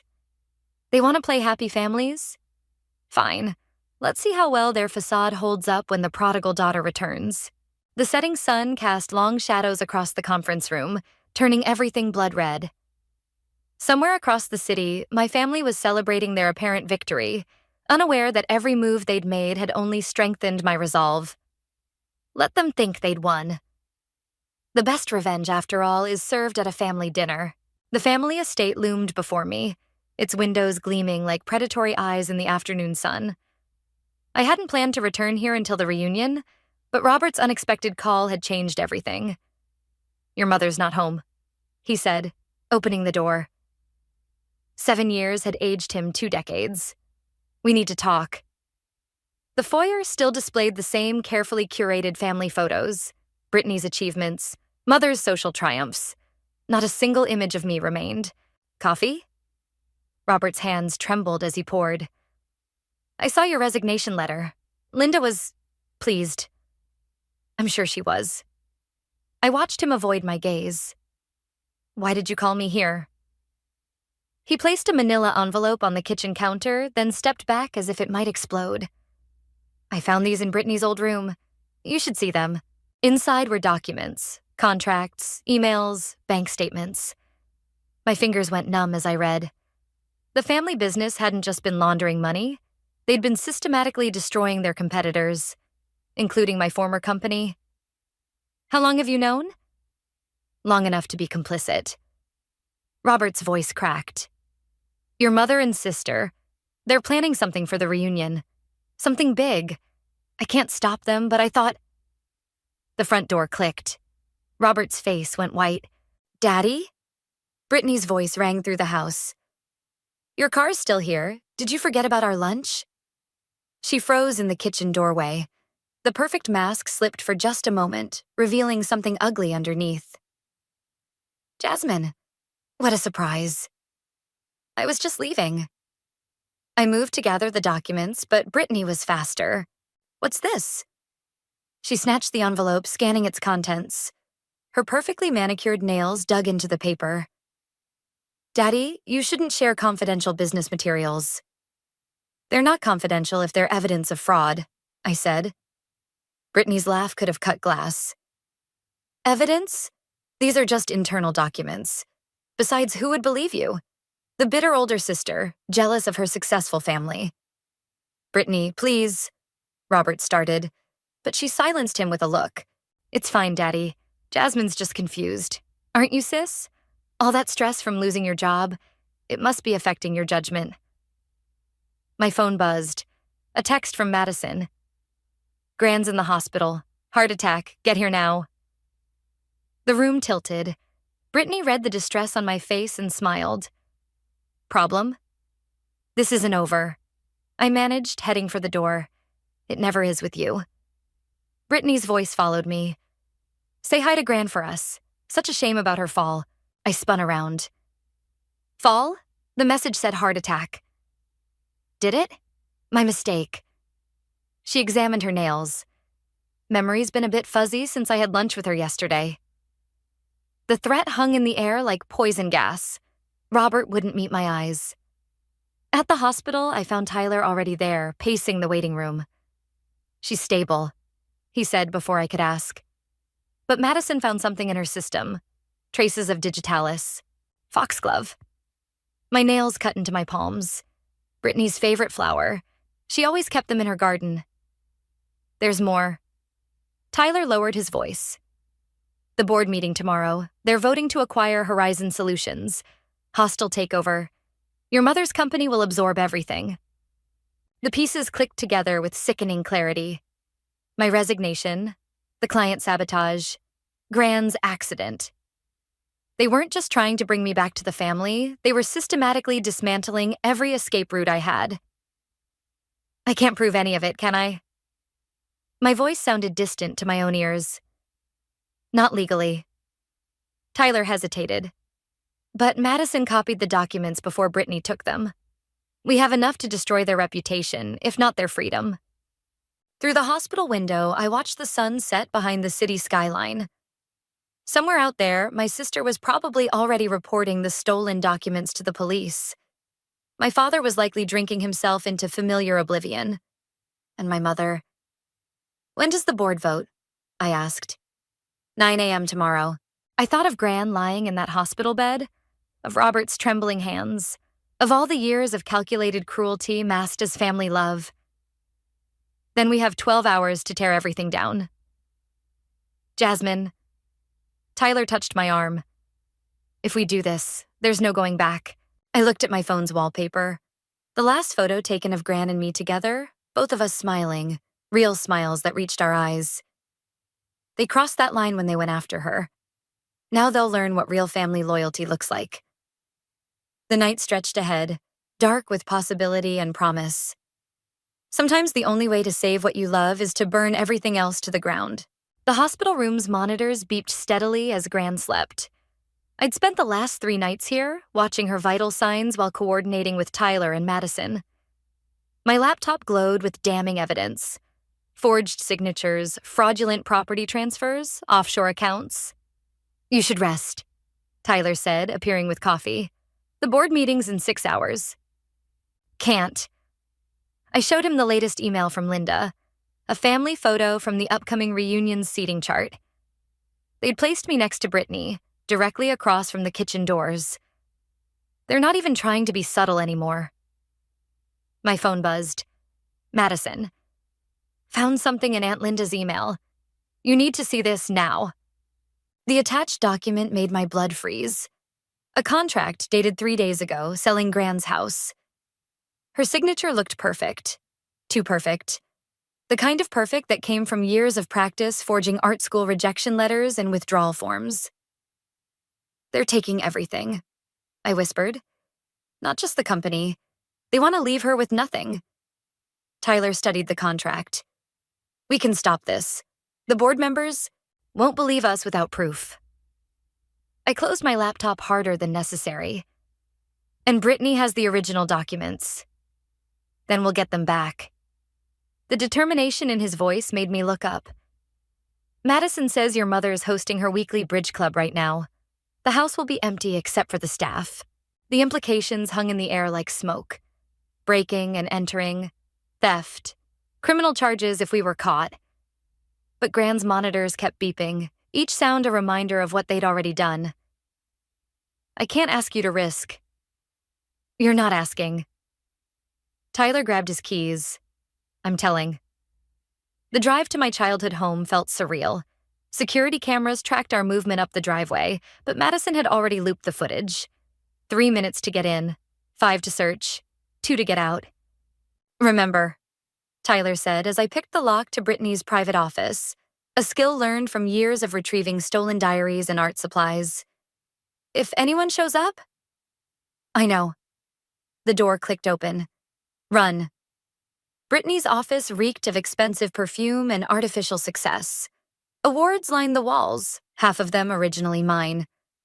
The safe behind her favorite self-portrait yielded easily to our grandmother's birthday. "Found them," I said, pulling out the envelope Robert had shown me. But underneath lay something else. Medical records. Gran's medical records dated months before her accident. "Jasmine." Tyler's voice carried a warning.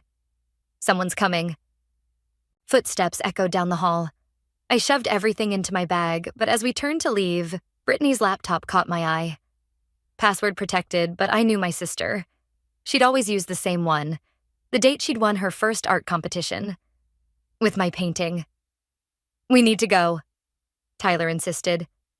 1 minute. My fingers flew across the keyboard. Access granted. Files copied. Time running out. The footsteps grew closer. Tyler grabbed my arm, pulling me toward the window. We made it to the car just as voices filled the office above. My heart pounded as Tyler drove us away, the stolen documents burning a hole in my bag. Back at the hospital, Madison was waiting. "Mom's asking questions," she said. "She knows something's happening. I spread the documents across Gran's bedside table. Medical reports showing deliberate medication changes. Property transfers dated before the accidents. Emails discussing contingency plans if I didn't cooperate. They've been planning this for months, Madison whispered, horror creeping into her voice. The reunion, the company takeover, Gran's condition, it's all connected. Not for long. I pulled up Brittany's copied files. The board meeting starts in 2 hours. By then, every member will have copies of these documents. Anonymous source, of course. They'll come after you, Tyler warned. Your mother won't let this go. Good. I took Gran's hand, feeling her weak pulse against my fingers. Because I'm counting on it. The sunrise painted the hospital room in shades of red and gold. In a few hours, my family's carefully constructed empire would begin to crumble. They'd taught me well. About power, about manipulation, about revenge. Now it was time to show them exactly how well I'd learned those lessons. Madison, send the files. I watched the morning light creep across Gran's peaceful face. It's time to give them a family reunion they'll never forget. The family reunion buzzed with artificial cheer and expensive champagne. I watched from my assigned seat as Linda worked the room, her designer dress catching the light like scales on a snake. Brittany held court near the French doors, surrounded by admirers who had no idea she'd nearly killed our grandmother. You're looking well, Robert said, hovering by my chair. The board meeting's aftermath had aged him another decade. Your mother was worried you wouldn't come. Was she? I sipped my water, noting how Brittany's eyes kept darting to my plate. Or was she worried I would? Madison's text vibrated against my hip. USB drive planted in Linda's study, security footage looping. The catering staff emerged from the kitchen, carrying plates of Linda's famous seafood risotto. My special plate arrived last, garnished with fresh parsley, just like the dish that had sent me to the hospital at 16. Still allergic to shellfish? Brittany asked sweetly. Don't worry, I made sure they knew. I bet she did, just like she'd made sure about Gran's medication. Linda clinked her glass, commanding attention. Before we eat, I'd like to thank everyone for coming to celebrate our family's reunion. Her smile didn't reach her eyes. Especially Jasmine, who's finally come home after her unfortunate professional setback. The room temperature seemed to drop. Several guests shifted uncomfortably, aware of the hostile takeover that had made headlines. Actually, I stood, my chair scraping against hardwood. I'd like to say something. Darling, Linda's warning tone could have frozen hell. Perhaps after dinner? No, now is perfect. I pulled out my phone, connecting to the house's wireless speakers, another of Madison's tricks. I've prepared a presentation. The first image appeared on the dining room's projection screen, Gran's medical records, then the forged documents, the offshore accounts, each slide accompanied by gasps and murmurs from the assembled guests. What is this? Linda's voice shook with barely controlled rage. The truth. I moved away from my plate as Brittany's hand twitched toward it. About the family business, about Gran's accident, about everything. You ungrateful. Brittany lunged forward, but Robert caught her arm. Security footage, too, I continued, watching color drain from Linda's face. Very thorough security system you have. Records everything. Even conversations about poison and property theft. The room erupted in chaos. Linda's society friends backed away, phones already spreading the scandal. Robert slumped in his chair while Brittany's perfect mask cracked completely. Then I felt it. The first hint of throat constriction. The familiar tingle on my tongue. They'd gotten to my water glass. Tyler moved toward me, but Linda blocked his path. Jasmine, you're clearly unwell. Perhaps you should lie down. My vision blurred. The EpiPen in my purse seemed miles away. Madison's horrified face swam at the edge of my consciousness. You see? Linda addressed the room, her voice dripping concern. The stress of losing her position has affected her judgment. These accusations are clearly recorded. Tyler's voice cut through my growing dizziness. He held up his phone, still filming. All of it, including whatever you just did to her drink. I stumbled, catching myself on the table. The room tilted dangerously. "Nobody leaves," Tyler commanded as guests tried to flee. "Police are already on their way." Through darkening vision, I saw Brittany's smirk fade. Linda's mask of concern cracked. Robert finally stood up straight. "Daddy," Brittany pleaded, "do something." But Robert walked past her, past Linda, to where I was fighting for breath. "The EpiPen," he said, reaching for my purse. "Where?" The world went sideways. Voices blurred together. Someone screamed. Maybe Madison. Maybe me. The last thing I saw was Linda's face, twisted with a hatred that had always been there, just better hidden. Then darkness took me, and I couldn't help wondering if this was what winning felt like. This cold, empty feeling as consciousness slipped away. If revenge was worth dying for. The answer whispered through my fading thoughts. Not dying. Surviving. Because that's what I'd always done. What they'd taught me to do without meaning to. Survive. Fight. Win. Sirens wailed in the distance, getting closer. The game wasn't over yet. Hospital fluorescent lights buzzed overhead as consciousness returned. Tyler's face swam into focus, then Madison's. Behind them, police officers interviewed shocked party guests, while crime scene technicians photographed my water glass.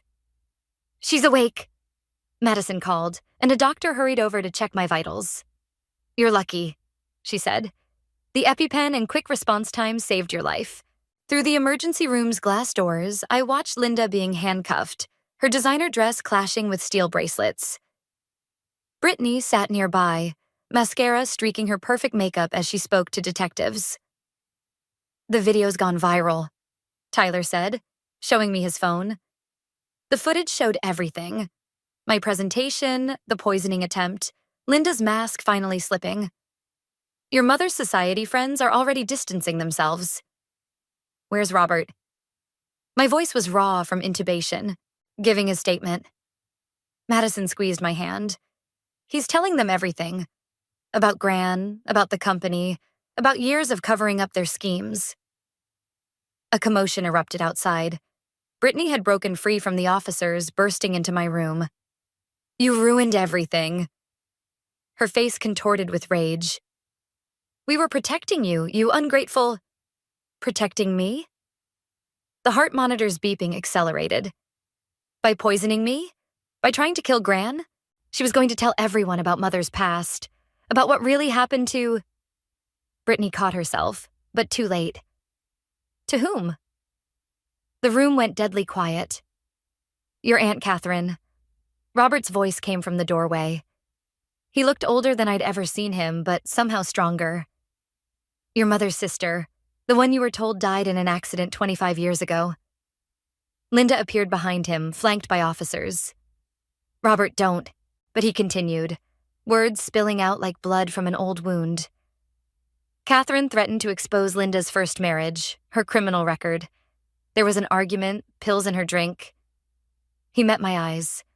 Just like tonight. "Mother?" Brittany's voice shrank to a whisper.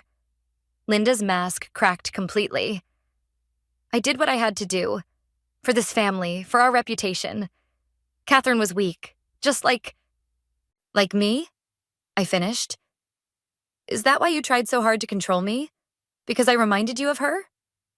You were supposed to be perfect." Linda lunged forward, officers barely restraining her.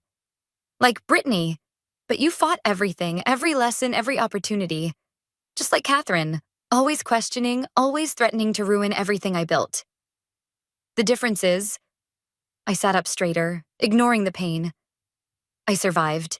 And I recorded everything you just said." Madison held up her phone, still recording. Linda's face went ash white. "You taught me well, Mother. About power, about manipulation, about family loyalty." I nodded to the officers. "About consequences." As they led Linda away, Brittany collapsed into a chair, her world visibly crumbling. "I didn't know," she whispered. "About Catherine. about any of it. But you knew about Gran, I said. About the company fraud. About trying to destroy me. Because you were leaving us.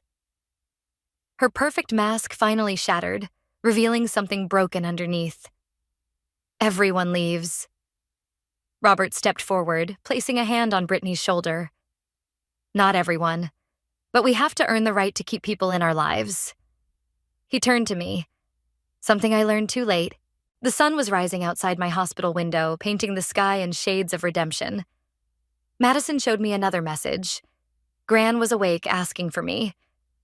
Tyler hadn't left my side, his quiet strength a reminder that family isn't always about blood.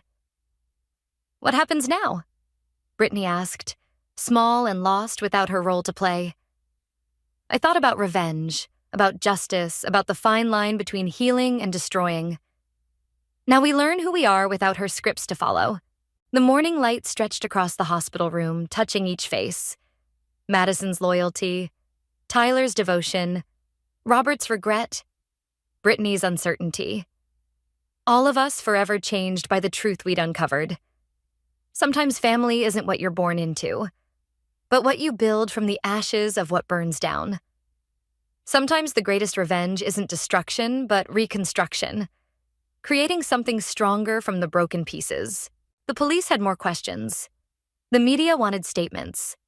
The future loomed, uncertain but free. For the first time in my life, I was ready to face it all. Not as the person they'd tried to make me, but as the person I'd become despite them. Or perhaps because of them. Gran's garden bloomed with autumn roses as I helped her prune the dying branches. The morning paper lay folded on her patio table, its headlines still visible. Business empire crumbles. Linda Mitchell faces criminal charges. You haven't visited Brittany, Gran said, her pruning shears snipping with surgical precision. She made her choice. I gathered fallen petals, remembering my sister's face at the sentencing. She'd looked lost, stripped of her designer armor and practiced smiles. The rehab facility has a good program. And Robert? The roses felt velvet soft against my fingers. He's cooperating with the investigation. Trying to make amends, I suppose? Gran set down her shears, studying me with eyes that had seen through Linda's facade decades ago. There's something I need to show you. Inside, she unlocked a drawer I'd never noticed before, removing a leather-bound journal. Your Aunt Catherine's diary. I've kept it all these years, waiting for the right moment. My hands trembled as I opened it. Catherine's words flowed across the pages, describing Linda's early manipulations, her growing fears, her final desperate attempts to protect her family from her sister's poison. She knew, I whispered, about everything, about what Linda was capable of, just as I knew what you were capable of. Gran's voice held a mix of pride and sadness. Why do you think I encouraged your independence? Your art? Everything Linda tried to suppress? The diary's last entry was dated the day before Catherine's accident. Its final words struck like lightning. If anything happens to me, protect Jasmine. She has her father's heart and my spirit, too strong to break, too honest to corrupt. My phone buzzed. Tyler, checking if we were still on for dinner. Next to his message was a text from Madison about the graphic design business we were starting together, and another from Robert asking to meet. I always wondered, I said, closing the diary, why you didn't stop her sooner. Why you let Linda, for the same reason you orchestrated her downfall the way you did.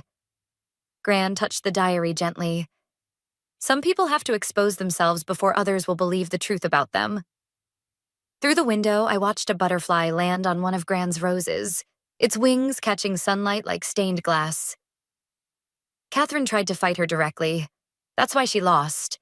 And you learned to fight smarter. Gran smiled.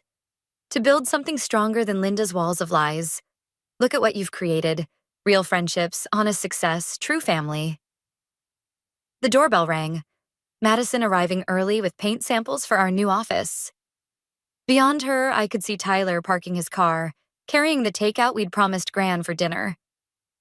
I thought revenge would feel different, I admitted. More satisfying, maybe. Instead, it feels like freedom. Gran squeezed my hand. Catherine would be proud, not of the revenge, but of what you've built from the ashes. The diary sat between us, its secrets finally laid bare. Outside, Madison and Tyler's laughter mingled with the garden's peace. My phone showed another missed call from Brittany, the third this week. Sometimes, Gran said, following my gaze to the phone, the hardest part isn't tearing down the old walls. It's deciding which new bridges to build. I thought of Brittany in rehab, fighting her own battles, of Robert's halting attempts at redemption, of Linda, facing the consequences of her choices in a cell that was, perhaps, no smaller than the prison she'd built for herself long ago. The butterfly took flight, rising above Gran's garden wall. Below it, new roses were already budding where we'd pruned the dead branches, reaching for light in their own way, at their own pace. I picked up my phone, Catherine's diary close at hand. Some calls shouldn't go unanswered forever. Some stories need new endings, even if they're harder to write than the ones we first imagined. After all, the strongest gardens grow in turned soil, and the deepest healing often begins when we least expect it, in the spaces between revenge and forgiveness, between justice and mercy, between the family we're born with and the one we choose to build. The scent of lavender and pine sol always meant trouble. Mother Dearest was stress cleaning again, probably reorganizing my cabinets or rearranging Emma's toys for the 100th time. I should have known something was wrong when I pulled into the driveway and caught that familiar chemical smell wafting through the open windows. I'm Julia, and until today, I thought I had mastered the art of living with my mother-in-law Martha. 6 months of practiced smiles, carefully chosen words, and strategic retreats to maintain peace in my own home. But sometimes peace comes at too high a price. "Mommy!"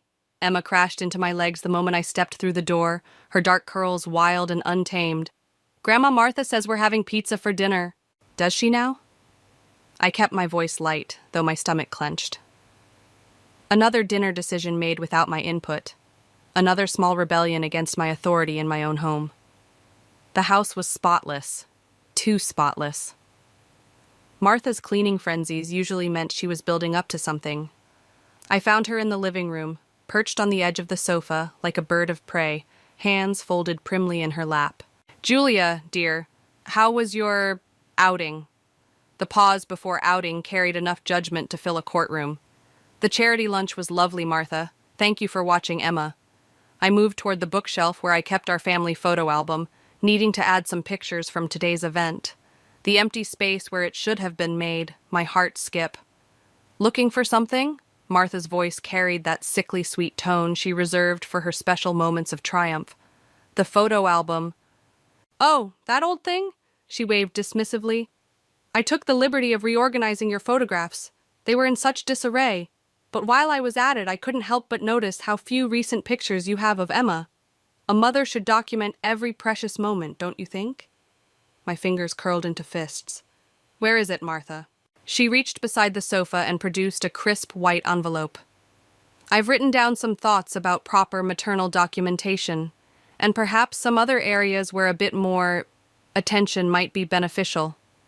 I snatched the envelope, my hands trembling as I pulled out the letter. Each perfectly penned word was a dagger. "Dear Julia, as a mother myself, I feel compelled to address certain concerns regarding Emma's upbringing. Your frequent absences, 3 charity events this month alone, and lack of proper documentation of Emma's childhood moments suggest a troubling pattern of neglect." The letter went on, 2 pages of carefully crafted criticism disguised as concern. My photo album, the one containing every precious memory since Emma's birth, was being held hostage until I demonstrated more maternal responsibility. "Where is my album?" My voice came out steadier than I felt. "Somewhere safe," Martha smiled, "until you've had time to reflect on my suggestions." Emma tugged at my sleeve. "Mommy, can we look at the pictures of my birthday?" I crouched down to her level, forcing a smile. "Not right now, sweetheart. Why don't you go play in your room while I talk to Grandma Martha?" After Emma disappeared upstairs, I turned to face my mother-in-law. "This ends now." "I'm only thinking of Emma's best interests," Martha said, rising from the sofa. "Someone has to." The front door opened and Ryan's voice called out, I'm home early. Something smells amazing. Martha's face transformed instantly into a mask of maternal concern. In here, darling. I was just having a heart-to-heart with Julia about some family matters. I watched her glide toward my husband, the letter crumpling in my grip. 6 months of subtle undermining, of questioning my every decision, of trying to drive a wedge between me and my daughter. But stealing my memories? That was her first real mistake, and I was done playing defense. Ryan's fork scraped against his plate, the sound grating against my nerves like fingernails on a chalkboard. He hadn't looked up once during Martha's theatrical recounting of her day with Emma. And then, Martha continued, dabbing her lips with a napkin, I showed Emma those lovely ballet videos from when you were young, Ryan. She was absolutely transfixed. That's nice, Mom. Ryan's attention remained fixed on his phone, probably checking work emails again. I pushed my untouched pizza around the plate, the stolen photo album weighing heavy on my mind. Emma, sweetie, how about we read that new library book before bed? Oh, Martha interjected. I've already promised to read her the special book I bought today. It's about a little girl who lives with her grandmother. Isn't that right, precious? Emma nodded, her eyes darting between Martha and me. The hesitation in her expression made my chest tighten. Actually, I said, measuring each word, I'd like to spend some time with my daughter before bed. Martha's smile didn't waver, but her knuckles whitened around her wine glass. Julia, dear, you've had your outing today. Surely you can spare Emma for one bedtime story with her grandmother. Ryan? I turned to my husband, silently pleading for support. He finally looked up, confusion crossing his features. What's the problem? Mom's just trying to help, Jules. You know how busy you've been lately with all these charity events. The betrayal stung worse than I expected. I've attended exactly 3 events in 6 months, Ryan. 3. Now, Julia, Martha's voice dripped with false concern. There's no need to get defensive. We're all family here. Speaking of which, Ryan, did you know Julia missed Emma's dance class last week? I didn't miss, I started, but Martha steamrolled over my protest. Emma was so disappointed when all the other mothers were there for the parent observation day. Ryan frowned. Jules, you didn't mention that. Because it wasn't parent observation day, I snapped. That's next week. I have it marked on the calendar in the kitchen. Martha's eyes widened in practiced innocence. Oh dear, did I get the dates mixed up? I could have sworn... Well, no matter. I was happy to step in regardless. Emma's small voice cut through the tension. Mommy, my tummy hurts. I pushed back from the table, grateful for the excuse to escape. Come on, sweetheart, let's get you upstairs. In Emma's bathroom, I held her hair back as she threw up the pizza. Martha appeared in the doorway, hovering like a concerned vulture. Poor dear, she cooed. I knew that second slice was too much. Julia, you really should monitor her portions more carefully. I bit back a retort, focusing instead on comforting Emma. It's okay, baby. Mommy's here. Perhaps, Martha suggested, Emma should sleep in my room tonight. I have more experience with sick children, after all. Absolutely not. The words came out sharper than I intended. Julia! Ryan's voice carried from the hallway. Mom's just trying to help. I helped Emma rinse her mouth, my mind racing. This was Martha's game, death by 1,000 cuts, each small criticism and intervention designed to paint me as an incompetent mother. Later, after Emma had finally fallen asleep in her own bed, I found Ryan in his home office. We need to talk about your mother. He sighed without looking up from his laptop. Can we not do this tonight? I have a presentation tomorrow. She took our photo album. What? That got his attention. She's holding it hostage until I prove I'm a better mother. Ryan rubbed his temples. Jules, that doesn't even make sense. Mom wouldn't... Check her room, I challenged. Right now. I'll wait. He stared at me for a long moment before standing. Fine, but when we don't find anything, I want you to drop this attitude toward my mother. I followed him to Martha's door, where we found it locked, a first since she'd moved in. Ryan knocked. Mom, you awake? Just a moment, darling. Martha's voice was followed by suspicious rustling sounds. When she opened the door, her smile was too bright, too rehearsed. Behind her, I caught a glimpse of something familiar being hastily shoved under her pillow. The corner of a blue album cover I would recognize anywhere. Ryan saw it too. His shoulders tensed, but before he could speak, Martha launched into a story about feeling unwell and needing her rest. As we walked away, I watched my husband's face carefully. The crack in his perfect image of his mother was tiny, but it was there, and I intended to make it bigger. The email from Emma's school glowed accusingly on my phone screen. My daughter had been enrolled in 3 new after-school activities: advanced math tutoring, competitive gymnastics, and Chinese lessons. I hadn't signed up for any of them. My brother David set a steaming cup of coffee in front of me. We were hiding out in his restaurant's back office, the only place I could think straight anymore. "Show me that email again." I handed him my phone. The enrollment forms were signed last week, while I was at that dentist appointment. "Jesus," David muttered, scrolling through the message. "Martha's got some nerve, signing Emma up for all this without telling you. She used Ryan's email address. He probably hasn't even noticed the confirmations coming in." I wrapped my hands around the coffee mug, trying to stop them from shaking. "You should see Emma, David. She's exhausted, 6 years old and scheduled down to the minute." "Have you told Ryan?" "He's barely home. When he is, Martha's always there, hovering, controlling the narrative." The coffee burned my tongue, but I welcomed the pain. "This morning," she told him, "I forgot to pack Emma's lunch." I didn't forget. She hid the lunch I made and packed her own. A knock at the office door made me jump. One of David's waitresses poked her head in. "Sorry to interrupt, but there's a call for Julia. Says it's about Emma." My heart stopped. I grabbed the phone from David's desk. "Hello? Mrs. Harrison? This is Nurse Chen from Riverside Elementary. Emma's feeling unwell. She got dizzy during her lunch break and—" "Dizzy? Is she okay?" "She's resting now. Your mother-in-law is already here to pick her up." "No!" The word exploded from me. "Do not release my daughter to anyone but me. I'm on my way." I found them in the nurse's office. Martha perched on the edge of Emma's cot, stroking her hair. My daughter's face was pale, dark circles under her eyes that no 6-year-old should have.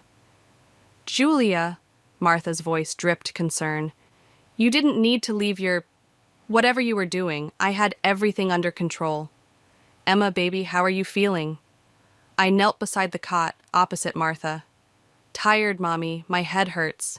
"Of course she's tired," Martha said. "Children need structure, discipline. These new programs will help build her character. Programs you signed her up for without my knowledge or consent." Martha's eyes narrowed. Ryan agreed. "Ryan doesn't know, does he? You forged the signatures, used his email, just like you've been going through my phone, deleting messages from the school." "I don't know what you're talking about." But her hand tightened on Emma's shoulder, making my daughter wince. "Let go of her." "Julia, you're being hysterical. This is exactly why—" I said, "Let go of my daughter." Nurse Chen appeared in the doorway, sensing the tension.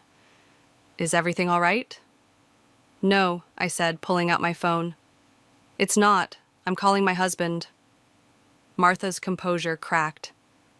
"He's in an important meeting. About his daughter being in the nurse's office? About you forging his signature? Let's see what he thinks is important." I dialed, holding Martha's gaze. 1 ring, 2, 3.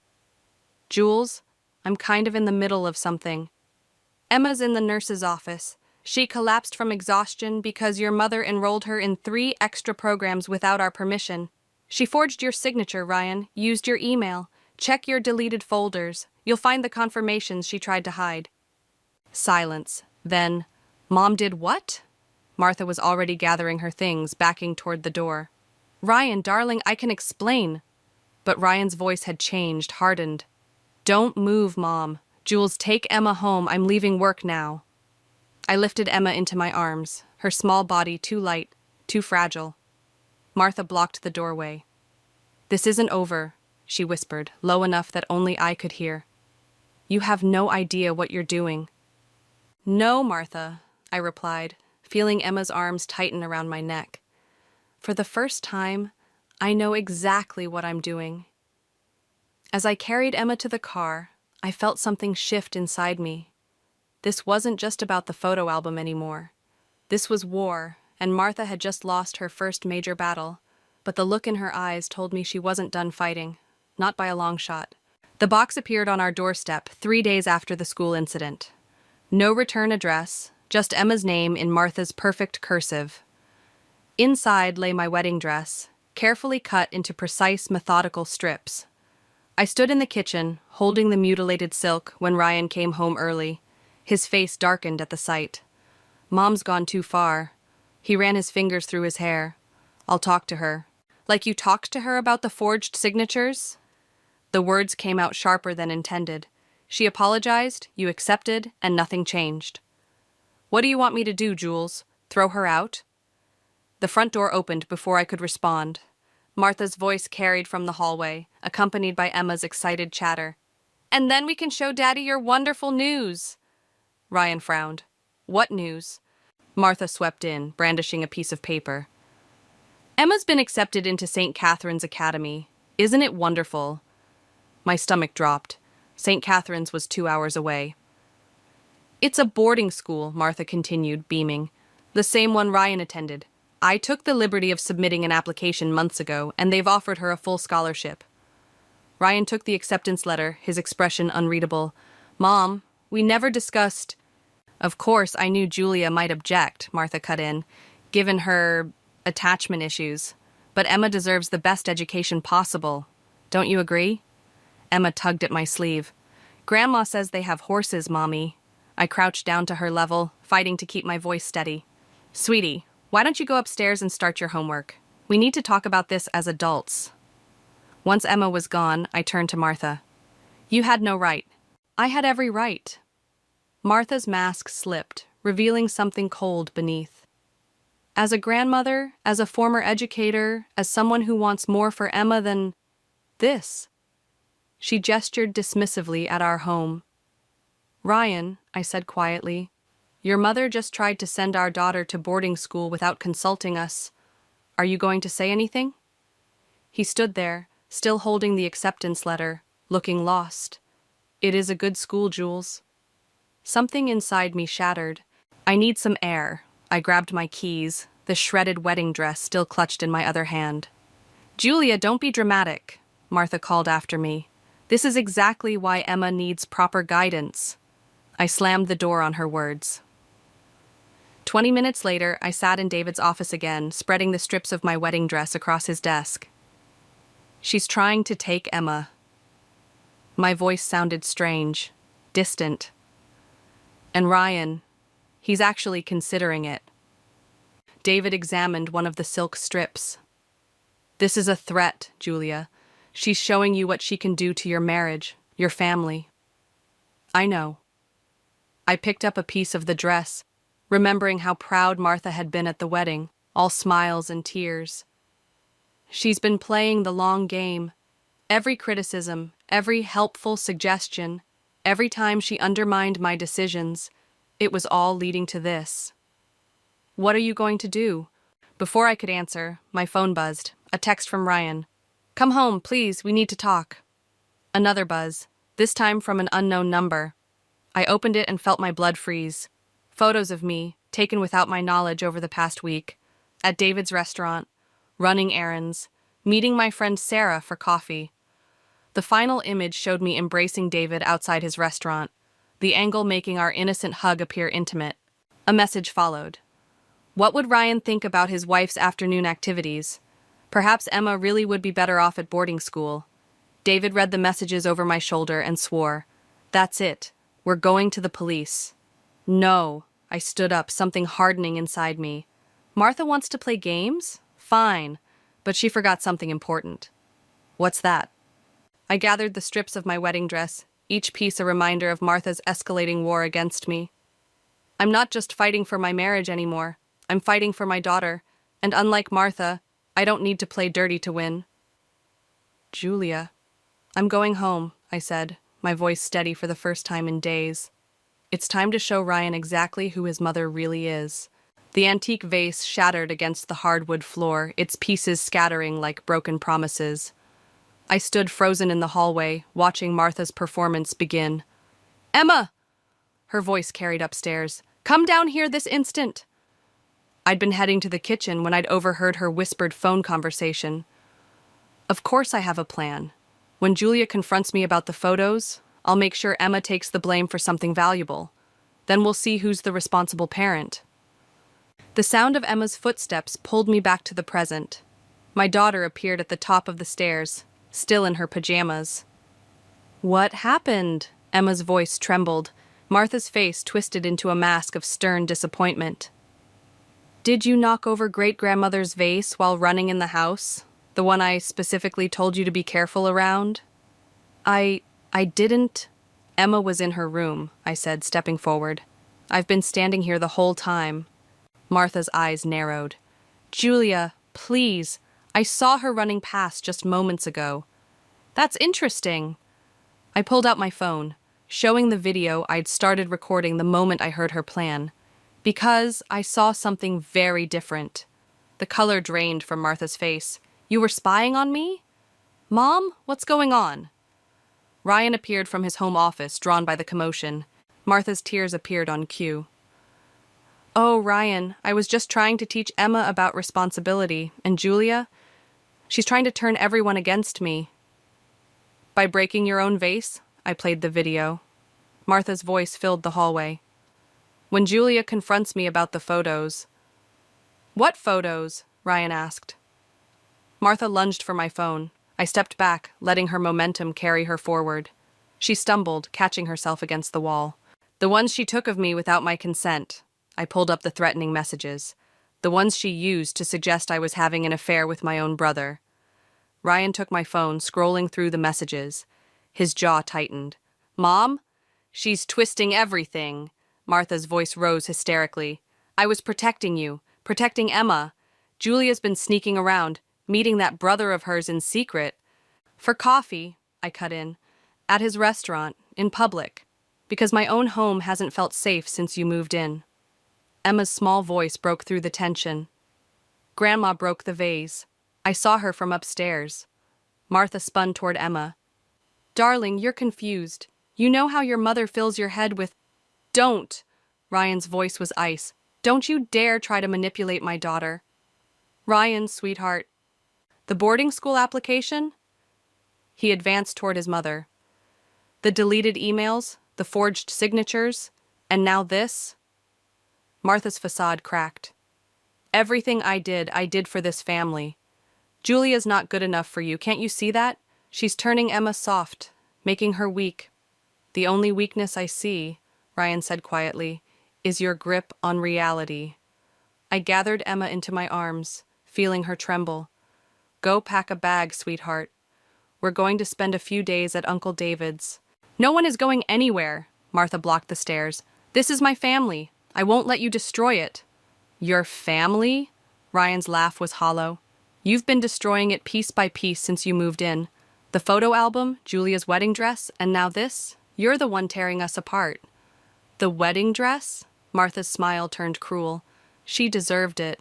Parading around like she belongs here, like she's worthy of the Harrison name. That's enough. Ryan pulled out his phone. I'm calling a car service. Pack your things, Mom. You're moving into a hotel tonight. Martha's mask shattered completely. You can't do this to me. I'm your mother. And I'm your son, watching you try to destroy my wife and traumatize my child. Ryan's voice broke. I chose this family. My family. It's time for you to leave. As Martha stormed upstairs, hurling threats and accusations, I held Emma closer. The broken vase glittered around us like the remnants of Martha's control, finally shattered beyond repair. But in the fragments, I saw something else. The reflection of my family, stronger in their brokenness, ready to rebuild without Martha's poisonous influence. The war wasn't over. Martha's retreat would only make her more dangerous. But for the first time, we were fighting together. The hotel lobby gleamed with polished marble and false promises. Martha sat across from us, perfectly composed in her designer suit, while a team of lawyers arranged papers on the mahogany table between us. It's quite simple, her lead attorney said. Either Emma attends St. Catherine's or Mrs. Harrison will pursue full grandparental rights. Ryan's hand tightened around mine. You can't be serious. Oh, but I am. Martha's smile never reached her eyes. I've documented everything. Julia's erratic behavior, her suspicious meetings, her attempts to alienate Emma from her family heritage. By family heritage, you mean you, I said. Martha's lawyer slid forward a thick folder. We have witness statements from Emma's teachers about Julia's frequent absences from school events, documentation of emotional manipulation, evidence of an inappropriate relationship with her brother. Those pictures were taken out of context, Ryan snapped. You orchestrated all of this. Did I? Martha leaned forward. Or did I simply observe a mother who's clearly unfit? The courts tend to favor stability, tradition, a prestigious boarding school education versus, what exactly? Afternoon cartoons and takeout dinners? I stared at the legal documents, my vision blurring. Months of Martha's careful groundwork spread before us, altered dates on photographs, carefully edited text messages, statements from concerned neighbors she'd cultivated. You've been planning this since you moved in, I whispered. I've been protecting my granddaughter. Martha's mask slipped, revealing something desperate underneath. Ryan, darling, surely you see that Emma deserves better, the same opportunities you had? I was miserable at boarding school, Ryan said quietly. You were challenged, shaped into success. Martha's voice hardened. Julia's making Emma soft, dependent. Just look at how the child clings to her. Because I'm her mother. For now. Martha nodded to her lawyer, who produced another document. We are prepared to be generous. Joint custody, with Emma attending St. Catherine's. Or we can make this very public, very messy. Your choice. Ryan started to speak, but his phone buzzed. He checked it, his face draining of color. What is it? I asked. He turned the phone toward me. On the screen, a news article showed David's restaurant, emergency vehicles crowding the street. The headline read, Local restaurant shut down, health code violations. Tragic timing, Martha said softly. One might question the judgment of someone who associates with such questionable business practices. My brother's livelihood, destroyed in minutes, because of me, because he tried to help. You're destroying everyone I love, I said. No, Julia. You did that yourself by trying to come between me and my family. Martha stood, smoothing her jacket. You have 24 hours to decide Emma's future at St. Catherine's or a very public custody battle that will expose every flaw, every mistake, every secret you've tried to hide. She paused at the door. Oh, and Julia? I found your photo album. The memories you tried so desperately to preserve, they're gone now, just like everything else will be, unless you make the right choice. After she left, Ryan and I sat in silence, the weight of her ultimatum crushing us. We could fight, he said finally, and risk losing Emma completely? I pulled out my phone, showing him the latest text from David. Health inspectors came out of nowhere. Everything's gone, Jules. Everything. Julia? No. I stood up, my decision crystallizing like ice in my veins. I won't let her destroy anyone else I love. What are you saying? I picked up the boarding school acceptance papers, my hands steady despite the trembling in my heart. I'm saying we send Emma to St. Catherine's, and then... Then what? I thought of my shredded wedding dress, my burned photos, my brother's ruined business. Then I stopped playing by Martha's rules. She wants to teach Emma about family heritage? Fine. Let's show her what happens when you declare war on the wrong family. Ryan stared at me, seeing something new in my eyes, something that made him lean back slightly. Good.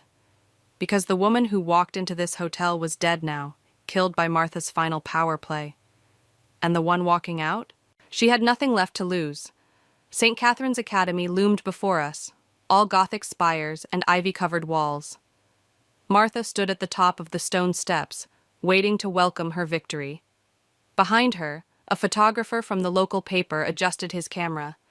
Right on schedule, Martha called out. Emma, darling, come to grandmother.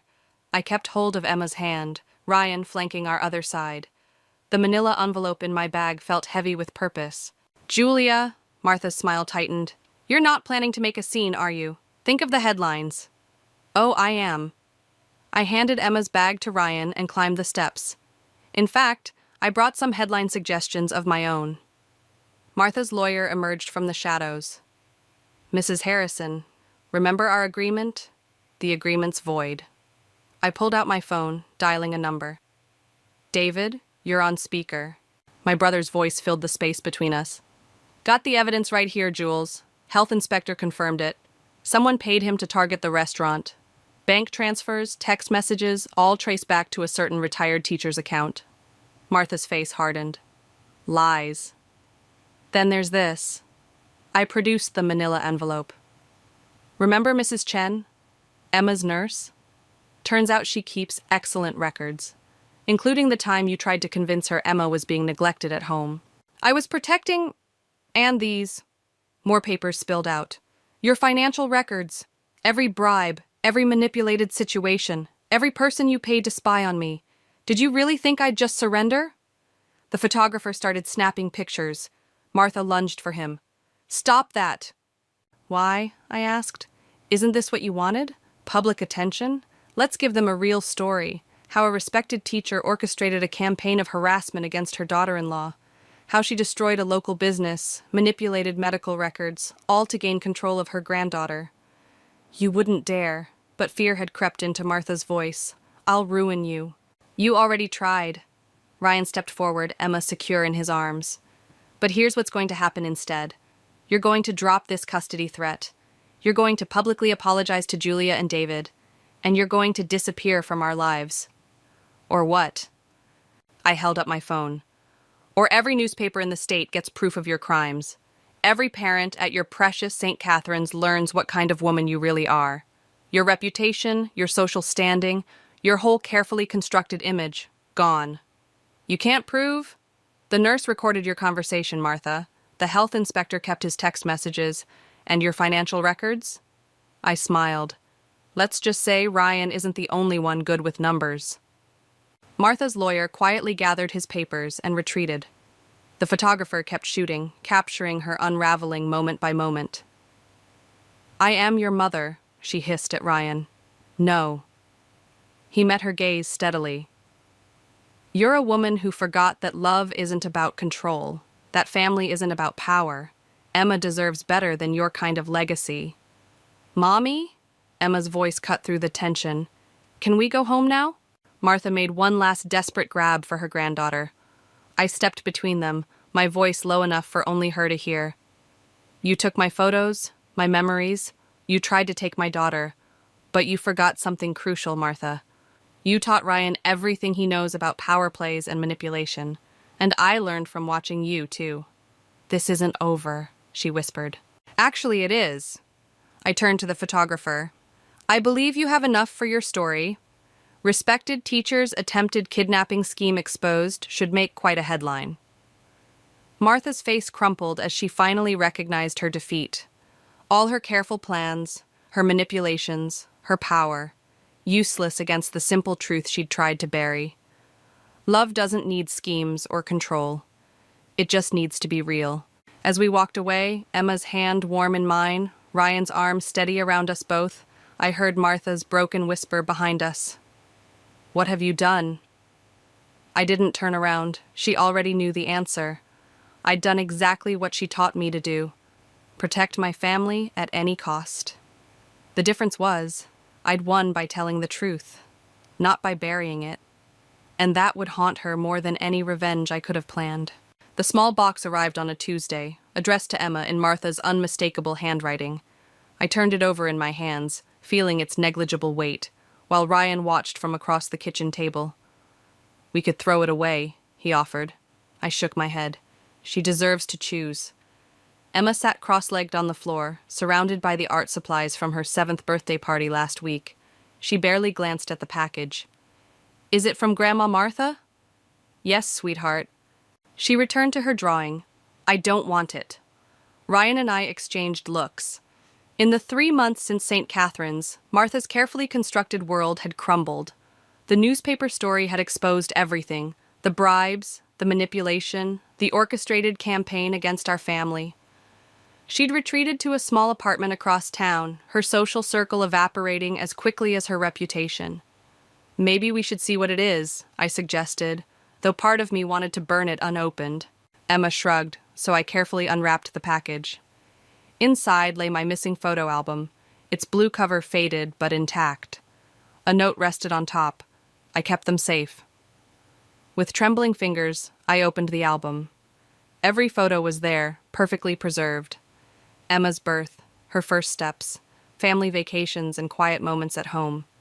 Martha hadn't destroyed them after all. Look, Emma.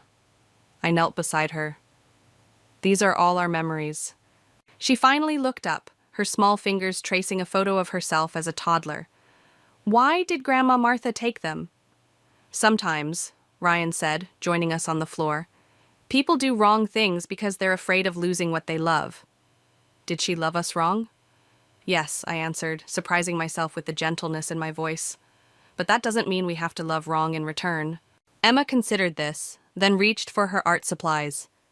She selected a recent photo from her birthday party, one showing her blowing out candles while Ryan and I watched, David capturing the moment on his new camera. Carefully, she pasted it into the album's final empty page. There, she declared. Now it's finished properly.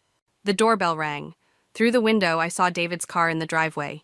He'd been coming over more often since reopening his restaurant, bringing food and stories and the kind of laughter we'd almost forgotten how to share. Uncle David! Emma ran to greet him. I started to close the album, but Ryan caught my hand. We could send her a copy, he said quietly, of Emma's birthday photo. Why?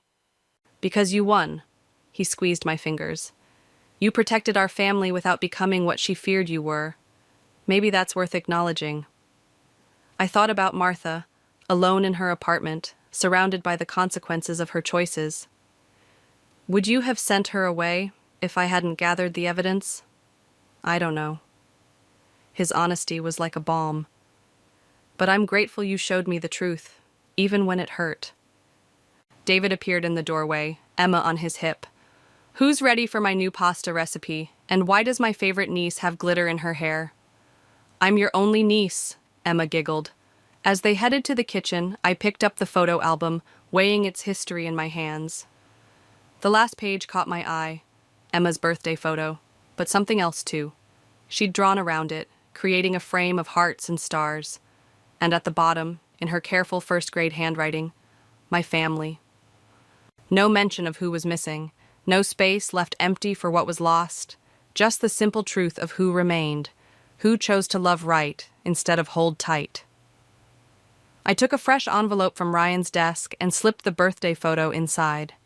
On a small card, I wrote only, Emma's 7th birthday. She's happy.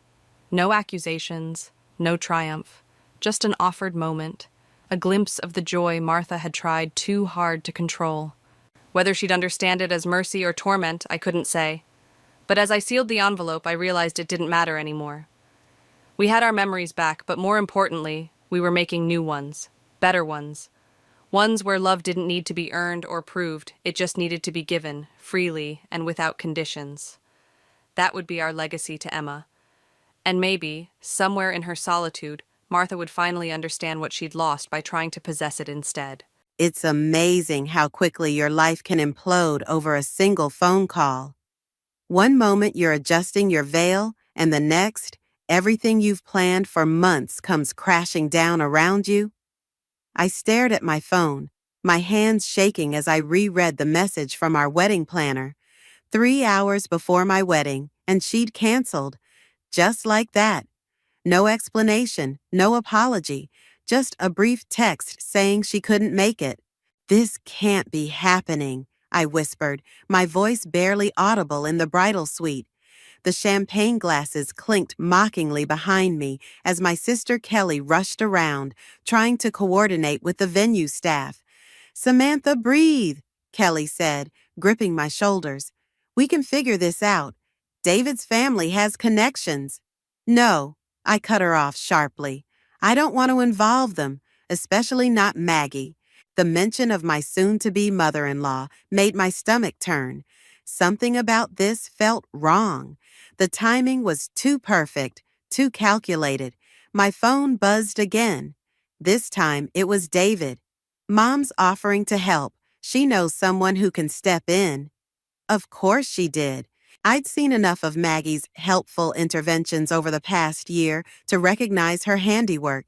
The caterer who suddenly doubled their prices, the florist who mysteriously lost our order, the venue that almost canceled due to a scheduling conflict. Each time, Maggie swooped in with her own preferred vendor, her own vision of what our wedding should be. "Tell your mother thanks, but we've got it handled," I typed back, even though we definitely didn't. The door burst open, and Sophia, our mutual friend, rushed in. I just ran into Maggie in the hallway. She's already calling someone named Patricia to take over the planning. My fingers curled into fists, crushing the delicate lace of my dress. Did she seem surprised about our planner canceling? Sophia hesitated, and that pause told me everything I needed to know. "She was smiling, wasn't she?" I asked, my voice hollow. "Like she just won something," Sophia admitted quietly. Kelly swore under her breath. "That manipulative—" "Ladies!" A smooth voice interrupted from the doorway. Maggie stood there, perfect in her designer suit, not a hair out of place. "I've taken care of everything. Patricia will be here in 20 minutes. She's much more suitable for a Mitchell family wedding." The way she emphasized suitable made my skin crawl. I caught her subtle glance at my dress, the one I'd chosen instead of her recommended designer. "How fortunate that Patricia was available on such short notice," I said, meeting her gaze, almost like she was waiting for the call. Something flickered in Maggie's eyes. Satisfaction, maybe, or challenge. "Providence smiles on those who plan ahead, dear. Or those who orchestrate disasters," I muttered after she left. Kelly grabbed my arm. "Sam, you don't think she actually convinced our wedding planner to bail last minute? Created chaos so she could swoop in and take control?" I laughed bitterly. It's exactly what she'd do. I walked to the window, watching guests arrive in their expensive cars. Below, I could see David greeting people, handsome in his tuxedo, completely unaware of his mother's machinations. "What are you going to do?" Sophia asked. I touched the window, leaving a small smudge on the perfect glass. "For now, I'm going to marry David, but after that—" I turned to face them, something hard and cold settling in my chest. "I'm going to make sure Maggie regrets every single game she's played with my life." "Sam," Kelly's voice held a warning. "No," I said firmly. "I'm done being the bigger person. She wants to play games? Fine. But she's about to learn that this veterinarian from the wrong side of town knows exactly how to deal with snakes." The mirror reflected my image: white dress, perfect makeup, and eyes that had lost their last trace of innocence. In 3 hours, I'd be a Mitchell.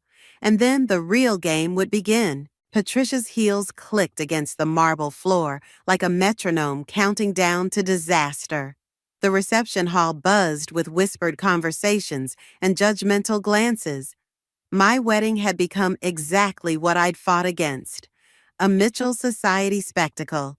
"The ice sculpture should be centered," Maggie commanded, waving her hand dismissively at the staff. "And those flowers are completely wrong. Patricia, didn't we discuss burgundy roses?" "The bride specifically requested wildflowers," Patricia replied, her voice wavering.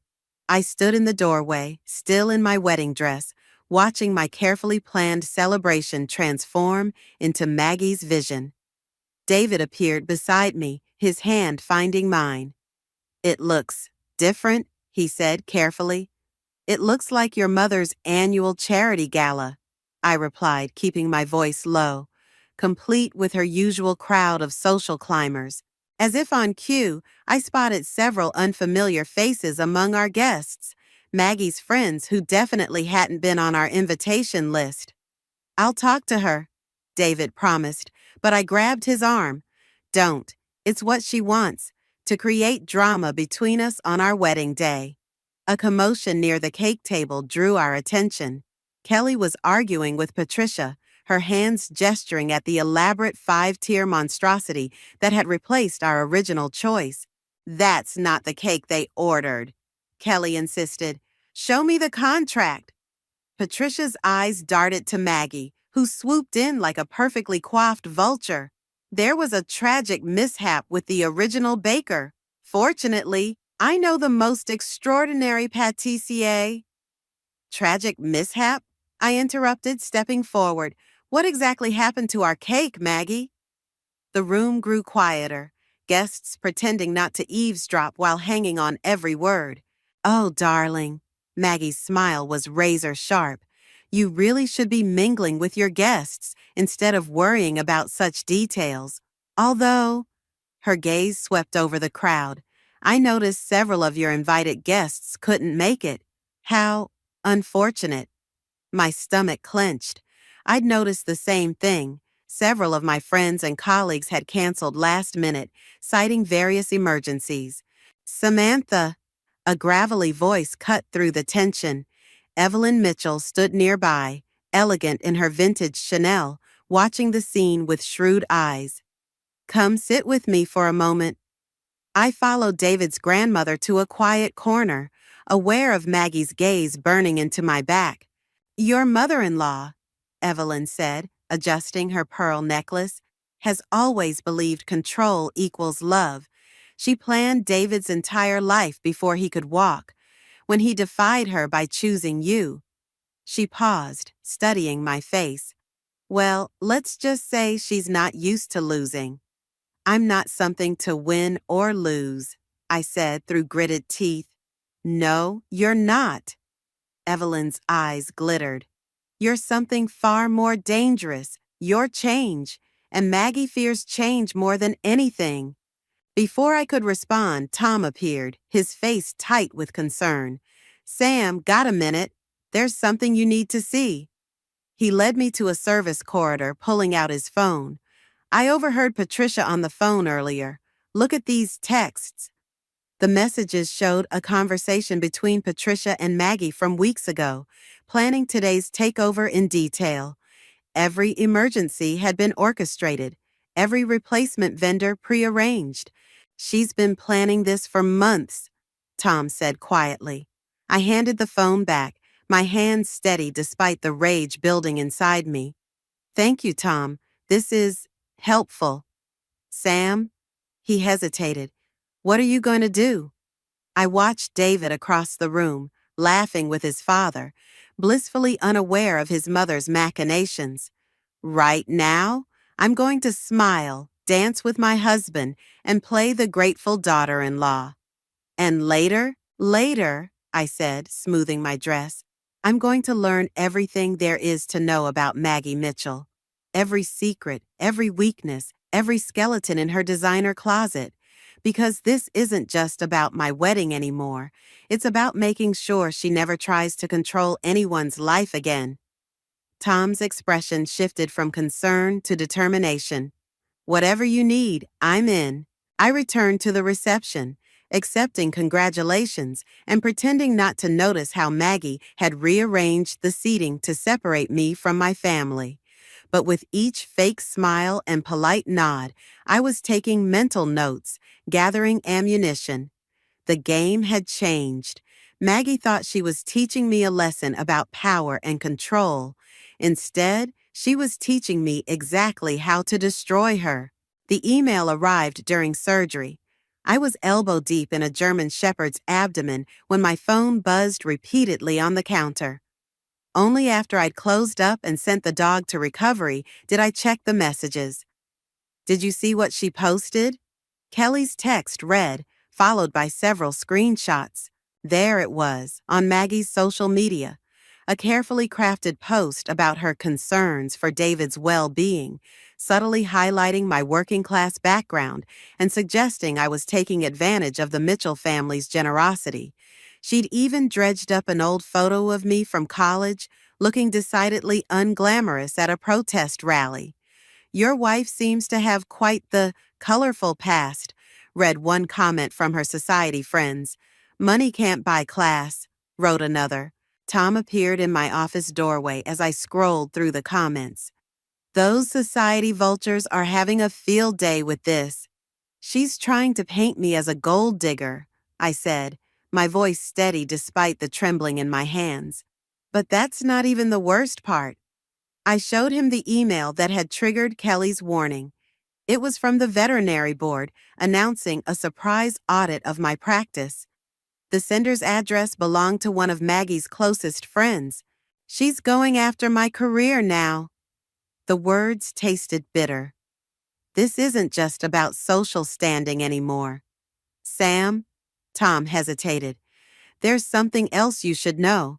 I overheard David on the phone earlier. Maggie's been pressuring him about the prenup, suggesting he add new conditions. The room seemed to tilt slightly. We already signed the prenup. She can't. She's claiming new evidence of financial misconduct on your part. A knock interrupted us. David stood in the doorway, his expression troubled. Can we talk? Tom squeezed my shoulder as he left, closing the door behind him. Your mother's busy today, I said before David could speak. He ran a hand through his hair, a nervous habit I usually found endearing. Sam, she's just worried about what? That I'll steal the family silver? Or maybe she's worried I'll expose how she's been manipulating everyone around her for years? It's not that simple. He pulled out his phone, showing me another post, this one from an anonymous account, detailing past Mitchell family scandals. Someone's been digging into our family history. Mom thinks it's you. I laughed, the sound harsh even to my own ears. Of course she does, because heaven forbid anyone else have dirt on the mighty Mitchell family. Is it you? The question hung between us like a blade. No, I said quietly, but I'm starting to wish it was. Before he could respond, Evelyn appeared in the doorway, elegant as always but with an urgency in her movements. David, your father needs you at the office, immediately. Her tone left no room for argument. After he left, Evelyn closed the door and turned to me. Maggie's playing a dangerous game, but she's not as clever as she thinks. Did you know she tried this same routine with Richard's first fiancé? I hadn't known Richard had been engaged before Maggie. What happened? The girl left, couldn't handle the pressure. Evelyn's eyes glittered. But you're made of stronger stuff, aren't you? She pulled an envelope from her purse. These are copies of some interesting documents about Maggie's past, including how she really joined the Mitchell family.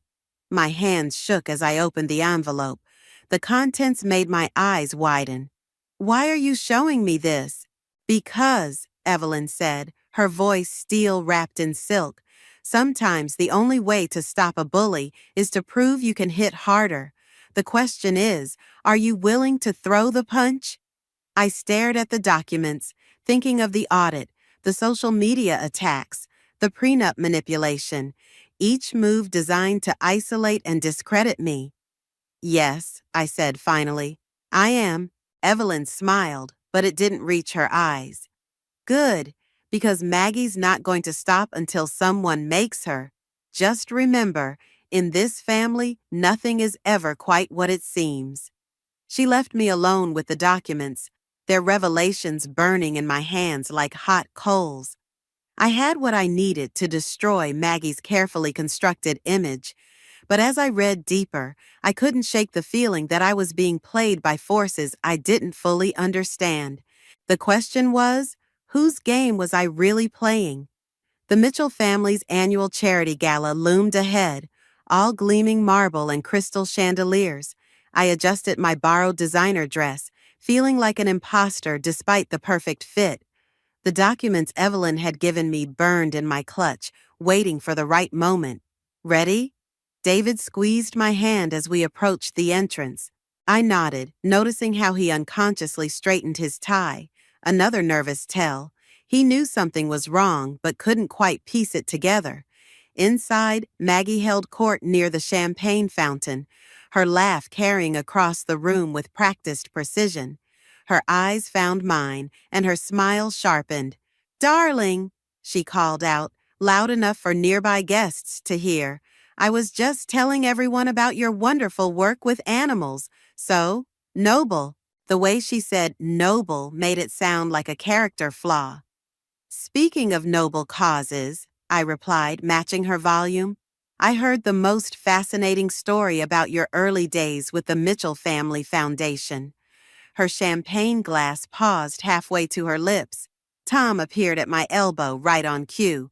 "Samantha, could I borrow you for a moment? There's someone you should meet." He led me to a corner where Kelly waited with an elderly man I didn't recognize. His face was familiar somehow, but I couldn't place it. "This is Harold Bennett," Kelly said quietly. "He used to work for the Mitchell Foundation." The old man's eyes were sharp despite his frail appearance. "You're the one asking questions about Margaret Mitchell." "I'm interested in the truth," I said carefully. "Truth?" He gave a bitter laugh. "That woman wouldn't know truth if it bit her. I was there when she orchestrated the takeover of the foundation from Richard's first wife. Destroyed that poor woman's reputation completely." My hand tightened on my clutch. "What exactly did she do?" Before he could answer, Evelyn appeared, looking alarmed. "Samantha, dear, we need to talk. Now." She practically dragged me into an empty study, closing the door firmly. "You need to be very careful about what you do next." "Why? Because I'm getting too close to the truth about Maggie? Because you're not seeing the whole picture."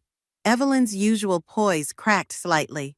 "Those documents I gave you, they're not just about Maggie. They could destroy this entire family." A knock interrupted us. David entered, his face uncharacteristically stern. "I just got an interesting call from the bank.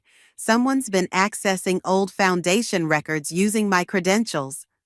My stomach dropped. I hadn't been careful enough covering my tracks. "That would be me," Evelyn said smoothly. "I asked Samantha to help me investigate some discrepancies." David's expression darkened. "Does this have anything to do with the anonymous posts about our family?" "What posts?" I asked, but my voice sounded hollow even to me. He pulled out his phone, showing us a fresh social media post, one I hadn't seen before. It detailed exactly how Maggie had manipulated her way into the Mitchell family, including documents I recognized from my own research, but I hadn't posted them. "This isn't me," I said, looking at Evelyn. Her face gave nothing away. The door opened again. Maggie stood there, Richard beside her looking grave. "No," she said. "It wasn't you. It was me." The room went silent. "I've been posting my own secrets," Maggie continued, "because someone's been threatening to expose much worse ones. And now I know who." Her gaze fixed on Evelyn, who merely smiled. "You always were clever, Margaret," Evelyn said, "but not quite clever enough." I looked between them, suddenly feeling like a pawn in a much larger game. The documents in my clutch weren't ammunition, they were bait, and I'd taken it completely. "What's really going on here?" David demanded. "Ask your grandmother," Maggie said bitterly. "Ask her about the real reason she brought Samantha into this fight." Evelyn's smile never wavered, but her eyes were cold. "Sometimes, dear, the best way to destroy an enemy is to give them exactly what they want." I felt David tense beside me as the truth began to dawn. I wasn't fighting Maggie's manipulation. I was caught in the crossfire of a decades-old war between two masters of deception, and I had no idea whose side I should be on. The Mitchell Foundation's quarterly board meeting wasn't meant to be a battlefield, but I could taste the tension in the air as I took my seat beside David. Maggie sat across from us, perfectly composed despite the whispers circulating about her latest social media scandal. Evelyn presided at the head of the table, her presence somehow both reassuring and threatening. "Before we begin," Richard said, shuffling through papers, "there's the matter of unauthorized access to foundation records." My fingers tightened around my pen. Beside me, David's breathing changed slightly. "Fascinating timing," Maggie said, her voice silk over steel, "especially given the recent articles about our family's history. Perhaps we should discuss the Foundation's original mission," Evelyn interrupted smoothly. "Back when Catherine Mitchell was chair." The room went still. Catherine, Richard's first wife, the woman Maggie had replaced. I watched Maggie's face, catching the slight twitch in her jaw. "Ancient history," Maggie dismissed, but her knuckles were white around her water glass. "Not entirely." I pulled out my tablet, heart pounding. "I've been reviewing the original charter. There are some interesting discrepancies between then and now." "Samantha," David warned quietly, but I continued. "For instance, the educational outreach program Catherine started. It was quite successful until it was suddenly discontinued in 1992. I met Maggie's eyes. "The same year you joined the board. Those programs were inefficient," Maggie snapped. "They were helping working-class students attend college," I countered. "Students like me." Evelyn's smile grew sharper. "Perhaps we should put it to a vote, reinstating some of Catherine's original initiatives." "Absolutely not." Maggie stood, her chair scraping back. "This is ridiculous. We all know what's happening here. Your new daughter-in-law is trying to—" "To what?" I interrupted, standing as well. "Expose how you've twisted this foundation to serve your social climbing, or how you used it to destroy Catherine's reputation when she started asking questions about missing funds." The words hung in the air like smoke. I hadn't meant to reveal that piece yet, but Maggie's face told me I'd hit home. "You have no idea what you're talking about," she hissed. "Show them the documents, Samantha," Evelyn commanded softly. My tablet shook slightly as I pulled up the files. Financial records from 1992, specifically transfers to offshore accounts under the name M. Reynolds. Your maiden name, Maggie. Richard's face had gone pale. "Margaret, it's not what you think," Maggie said quickly. "I was protecting us. Catherine was going to expose—" "That you were embezzling," I suggested. "That the entire Mitchell fortune was built on fraud," Maggie shouted. The silence that followed was deafening.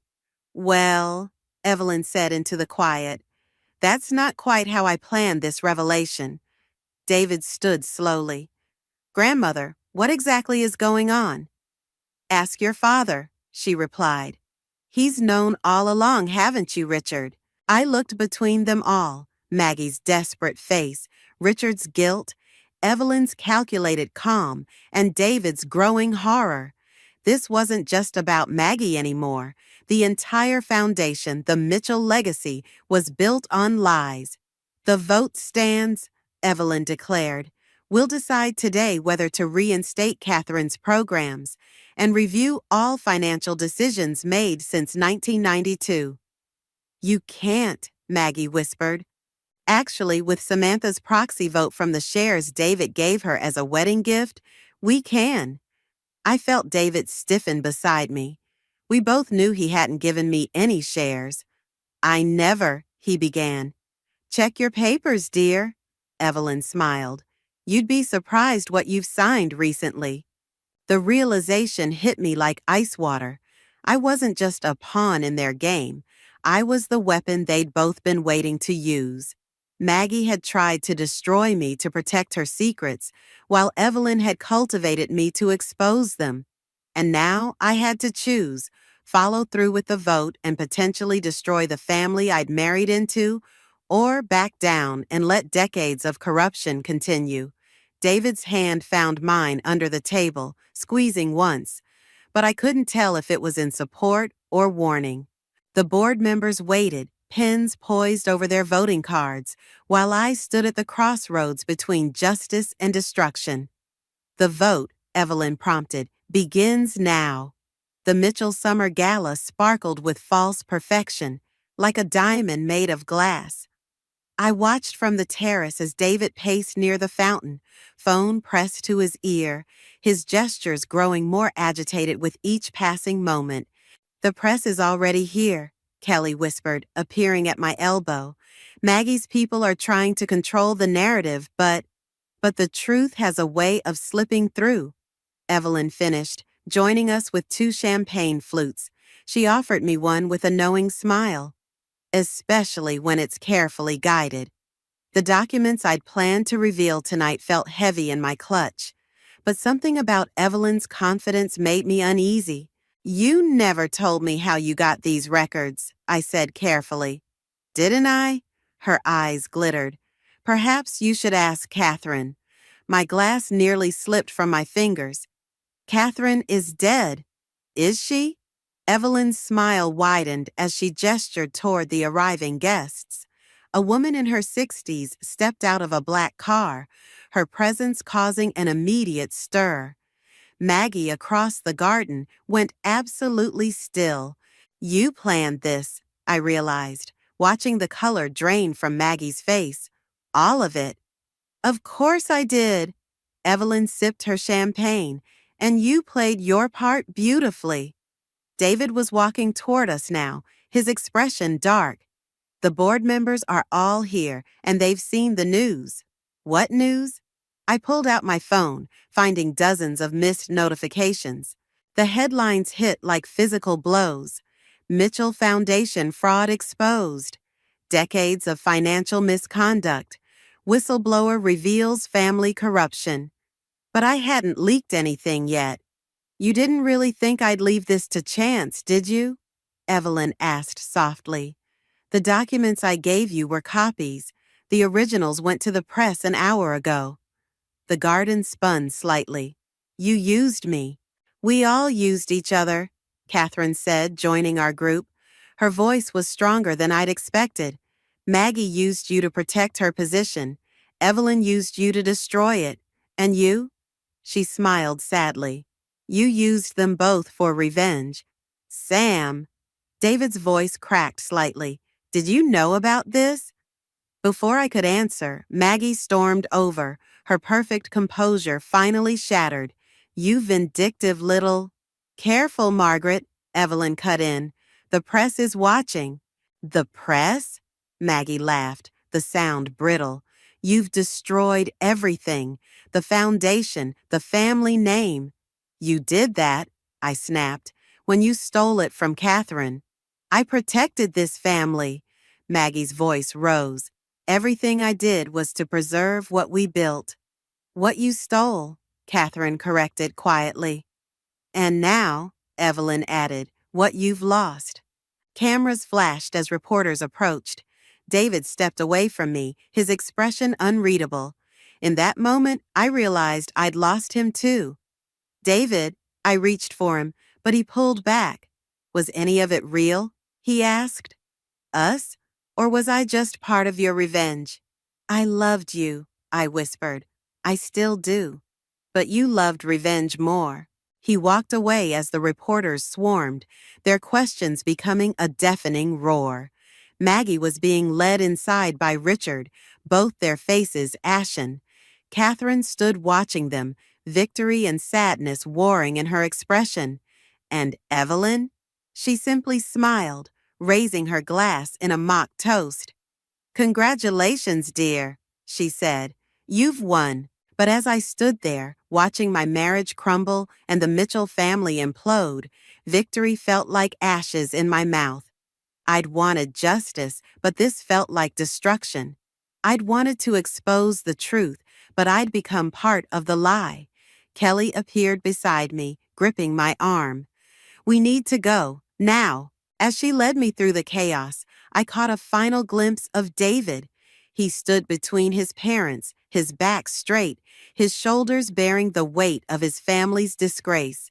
He didn't look back.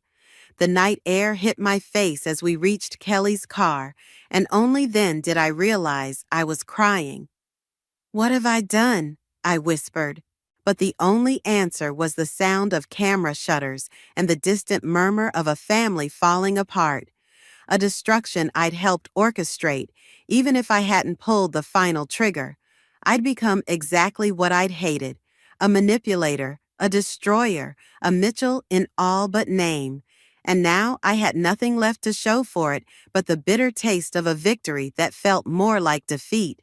3 days after the gala, I found Maggie sitting alone in her garden, methodically cutting roses from their stems. The morning papers lay scattered around her feet, their headlines screaming about the Mitchell family's disgrace. "Have you come to gloat?" She didn't look up from her pruning. "I came to understand." I remained standing, watching her hands shake slightly as she cut another rose. "Why did you do it? All of it? You think you've won something, don't you?" She finally met my eyes. "Destroyed the big bad Mitchell matriarch, exposed all our dirty secrets, but you have no idea what you've really done." "Then tell me." She laughed, the sound brittle as frozen grass. "Did Catherine tell you why she really left? Not the sanitized version Evelyn fed you, but the truth?" Before I could answer, David appeared at the garden entrance. He looked exhausted, his usual polish replaced by shadows under his eyes. "The FBI is here," he said quietly. Maggie's scissors dropped to the ground. "Already?" "They're not here for you." David's voice cracked slightly. "They're here for grandmother." The world seemed to tilt sideways. "What?" "Oh, you clever fool," Maggie whispered. "You never wondered why Evelyn was so eager to help you? Why she had all those convenient documents ready? The Foundation's corruption was a cover?" David stepped closer, his face hard. "For something much worse, the missing money, the offshore accounts. They weren't Mom's, they were Evelyn's." "But Catherine?" "Found out," Maggie finished, "and Evelyn made sure she disappeared. I didn't drive Catherine away, Samantha. I helped her escape. My legs wouldn't hold me anymore. I sank onto a stone bench, the morning sun suddenly too bright. All these years," Maggie continued, "I played the villain, let everyone think I was the controlling monster, because as long as they were watching me, they weren't watching Evelyn," I finished, bile rising in my throat. "And now, thanks to your crusade for justice, the one person who could keep her in check is ruined." Maggie's smile was razor sharp. "While Evelyn walks away with everything." "She's already gone, isn't she?" I asked David. He nodded. "Left last night. The Foundation's accounts are empty." "You were so focused on revenge," Maggie said softly. "You never saw you were just another piece on her board. Just like I was, just like Catherine. Where is Catherine now?" "Safe, hidden, which is more than I can say for any of us anymore." Footsteps on gravel announced the FBI agent's approach. David moved to stand between them and his mother, but Maggie waved him away. "Don't," she said. "Some fights you can't win." As the agents led Maggie away for questioning, I caught her final whisper. "I hope your revenge was worth it." David and I stood in the ruined garden, surrounded by half-cut roses and scattered newspapers. The distance between us felt infinite. "I never wanted this," I said. "Didn't you?" His voice was tired. "You wanted to destroy my family. Congratulations, mission accomplished." "David." "The funny thing is," he continued, "Mom was trying to protect me. From Evelyn, from the truth, from all of it. And I let you tear her down because I thought I was choosing love over loyalty." He turned to leave, then paused. "But maybe they're the same thing. And maybe we both forgot that somewhere along the way." I watched him walk away, understanding finally hitting me like a physical blow. In my quest for justice, I'd become the weapon Evelyn needed. In trying to expose one manipulator, I'd played right into the hands of a worse one. The roses Maggie had been cutting lay scattered across the ground, their thorns still sharp, their petals already beginning to wilt. Like revenge, I realized. beautiful from a distance, but deadly up close, and ultimately destined to decay. I pulled out my phone and dialed Kelly's number. "I need your help," I said when she answered. "We need to find Catherine. She's the only one who knows the whole truth." And then what? I looked at the abandoned garden, at the chaos I'd helped create. Then we fix what I broke. All of it. But as police cars pulled up to the Mitchell estate, their lights painting the roses in flashes of red and blue, I wondered if anything could ever be truly fixed once it had been so thoroughly shattered. The small cafe on the outskirts of Seattle smelled like rain and coffee. Catherine sat across from me, her hands wrapped around a steaming mug, looking nothing like the polished society woman from the gala. Here, she seemed more real, more human. "Evelyn's in Singapore," I said, sliding the envelope across the table. "These are the account numbers Kelly traced." Catherine nodded, unsurprised. She always had exit strategies. The question is, what are you going to do with this information? Before I could answer, the cafe door chimed. David walked in, followed by Maggie. The sight of them together made my chest ache. They joined us silently, David's hand brushing mine as he sat down. The touch felt like forgiveness and accusation all at once. "The FBI cleared me," Maggie said quietly, "but the foundation is finished." "Good." Catherine's voice was steel. "It needs to be rebuilt from the ground up. Properly this time." "With whose money?" David asked. "Mine." I pulled out another envelope. "I'm selling my clinic." The silence that followed felt heavy with possibility and pain. "Sam, no," David started, but I cut him off. "I broke this. I need to fix it." I met Maggie's eyes. "Not for revenge or justice, but because it's right. And what do you want in return?"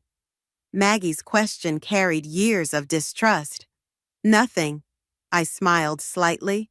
"That's the point."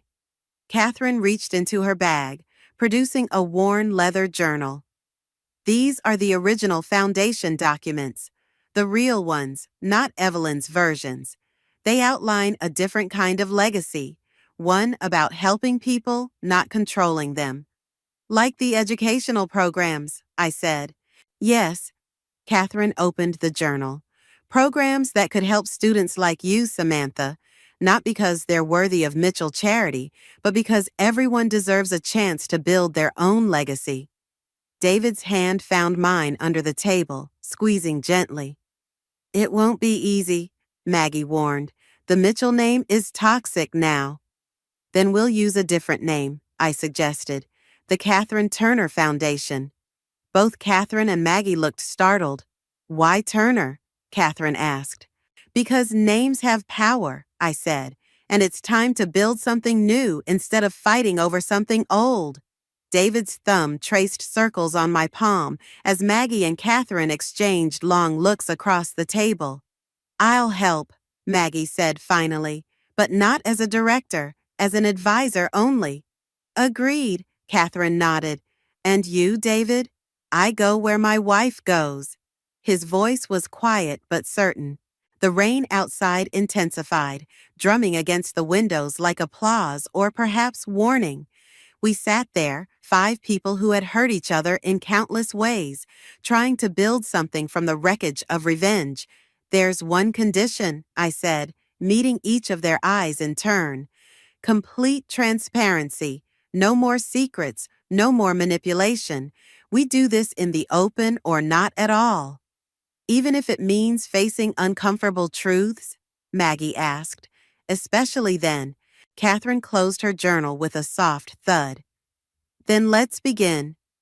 As we left the cafe, David pulled me aside while Maggie and Catherine walked ahead, already deep in discussion about restructuring plans. "You're really selling your clinic?" he asked. "Already sold." I watched his face carefully. "Unless you think I'm making another mistake." "No." He touched my cheek gently. "I think you're finally making things right. We all are." The rain had stopped, leaving the air clean and sharp. Ahead of us, Maggie and Catherine paused, waiting. Behind us lay the ruins of what revenge had wrought. Before us stretched the harder path of reconstruction. I took David's hand and stepped forward, understanding finally that true justice isn't about destroying what's broken, it's about building something better from the pieces. But as we walked toward our waiting family, I felt the weight of Evelyn's account numbers in my pocket. Some choices, I realized, would have to wait for another day. Some forms of justice require patience rather than revenge. For now, though, we had work to do. And maybe that was enough. The scent of lavender and sandalwood fills my studio as 20 bodies move in synchronized breath, following my lead through the final sun salutation. Peace radiates through the room, except for one corner where tension crackles like static electricity. "This is ridiculous," Margaret whispers loudly to her neighbor.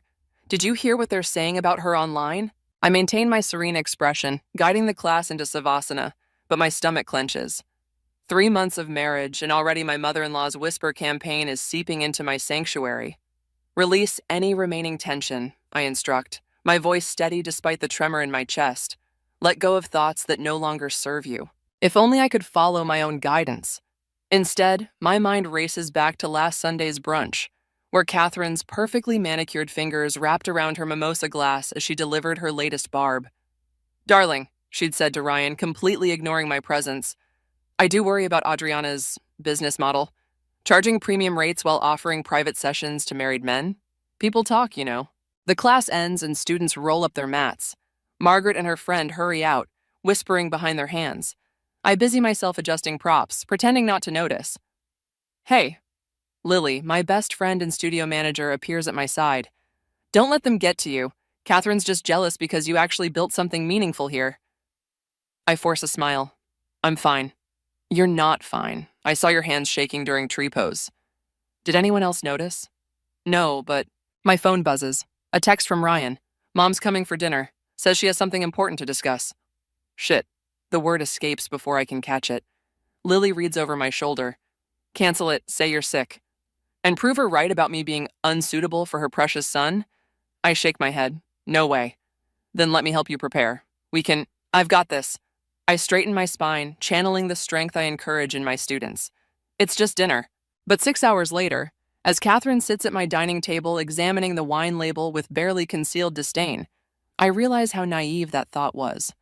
"Local wine?" She sets the bottle down like it might bite. "How quaint." Ryan squeezes my hand under the table. "It's actually quite good, Mom. Adriana has excellent taste." "In some things, perhaps." Catherine's smile doesn't reach her eyes. "Speaking of taste, I received some concerning information today about the studio." My fork freezes halfway to my mouth. "What kind of information?" Ryan asks. "Well," Catherine dabs her lips with her napkin, "it seems there are some rather unsavory rumors circulating about inappropriate relationships with clients." The salmon turns to ash in my mouth. "That's absolutely false." "Of course you'd say that, dear. But where there's smoke..." She pulls out her phone. "These reviews are quite specific. Dates, times, names." Ryan releases my hand. "Names?" "All married men," Catherine adds helpfully. "I'm only bringing this up because I care about both of you. Your reputation, Ryan. The family name." "Those reviews are fake," I say, but my voice sounds distant even to my own ears. "Someone's trying to sabotage my business." "Why would anyone do that?" Catherine's concern is perfectly practiced. Unless what?" Ryan's voice has that edge I've never heard before. I stand up suddenly, my chair scraping against the floor. "I need some air." "Adriana," Ryan calls after me, but I'm already heading for the balcony. Outside, the city lights blur through my tears. Behind me, I hear Catherine's soft voice.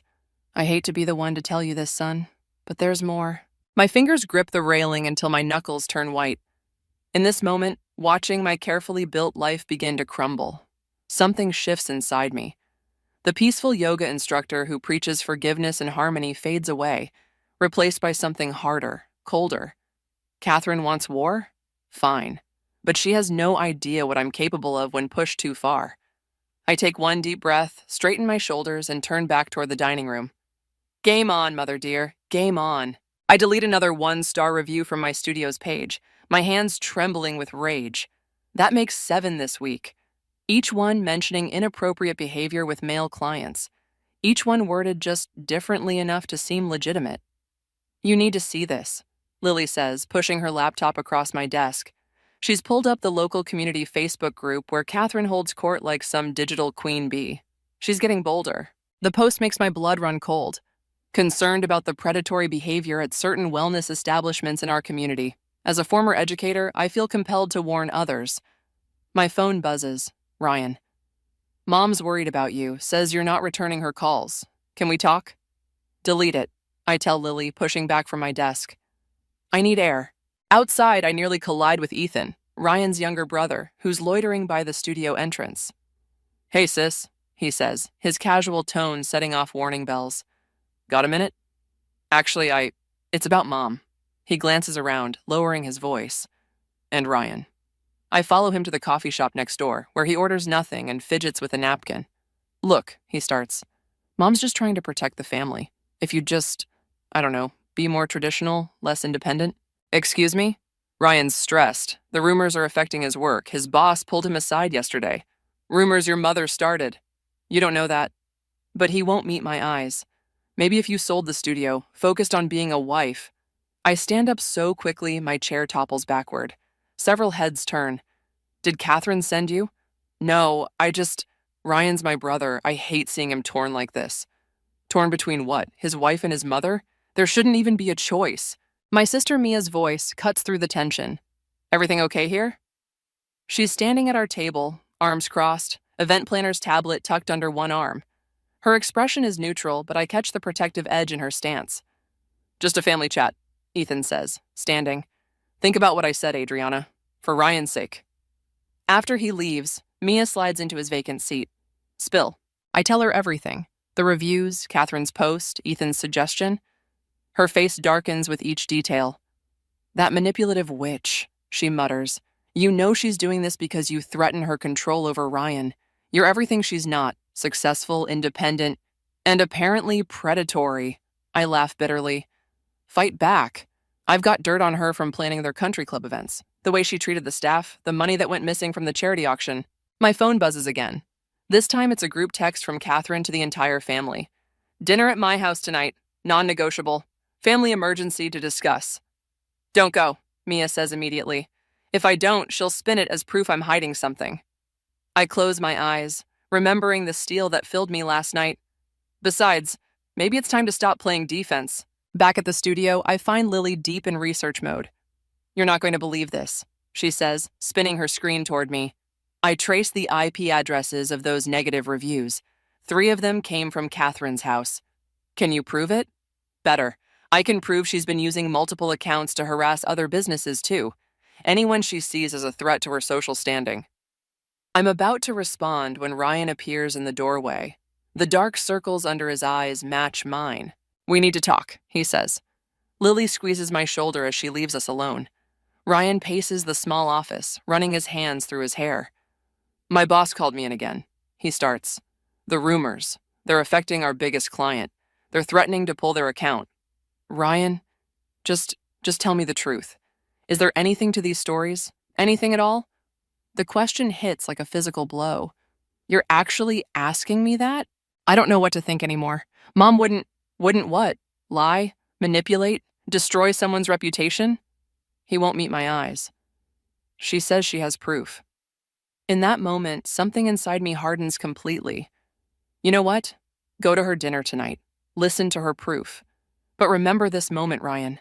Remember you chose to believe her over me. He reaches for my hand, but I step back. Adriana, I'll be at dinner too, I say, my voice steady despite my crumbling heart. And I'm bringing proof of my own. Catherine's dining room feels like a courtroom, all polished mahogany and accusation. I sit across from Ryan, the evidence Lily gathered burning a hole in my phone, while Catherine serves her famous pot roast with a side of smug satisfaction. I'm so glad we could all be here, she says, pointedly excluding Mia, who wasn't invited. We need to discuss the situation with the studio. What situation? I keep my voice steady, watching Ryan's face. He studies his plate. The complaints are mounting. Catherine sighs, as if this pains her deeply. 3 more women came to me today, concerned about their husbands' private sessions. Ethan shifts uncomfortably. Maybe we should show them, Catherine interrupts, pulling out a manila folder. The evidence. She spreads photographs across the table. Me with male clients, all perfectly innocent yoga adjustments twisted to look intimate. My hands shake as I recognize the angles, the careful cropping. These are from our security cameras, I say. Someone hacked. A concerned employee sent them to me, Catherine cuts in, along with some rather explicit text messages. Ryan's head snaps up. Messages? Fabricated, I spit out. Just like the reviews from your IP address, Catherine. The room goes still. Catherine's fork pauses halfway to her mouth. I beg your pardon? I pull out my phone, but Ethan suddenly knocks over his wine glass. Red liquid spreads across the table, seeping into the photographs. In the chaos of cleaning up, my phone disappears. Looking for this? Catherine holds up my phone, which somehow ended up on her side of the table. Let's see this evidence of yours. Give it back. The passcode, dear?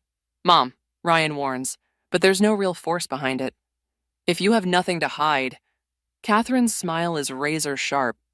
I stand up slowly.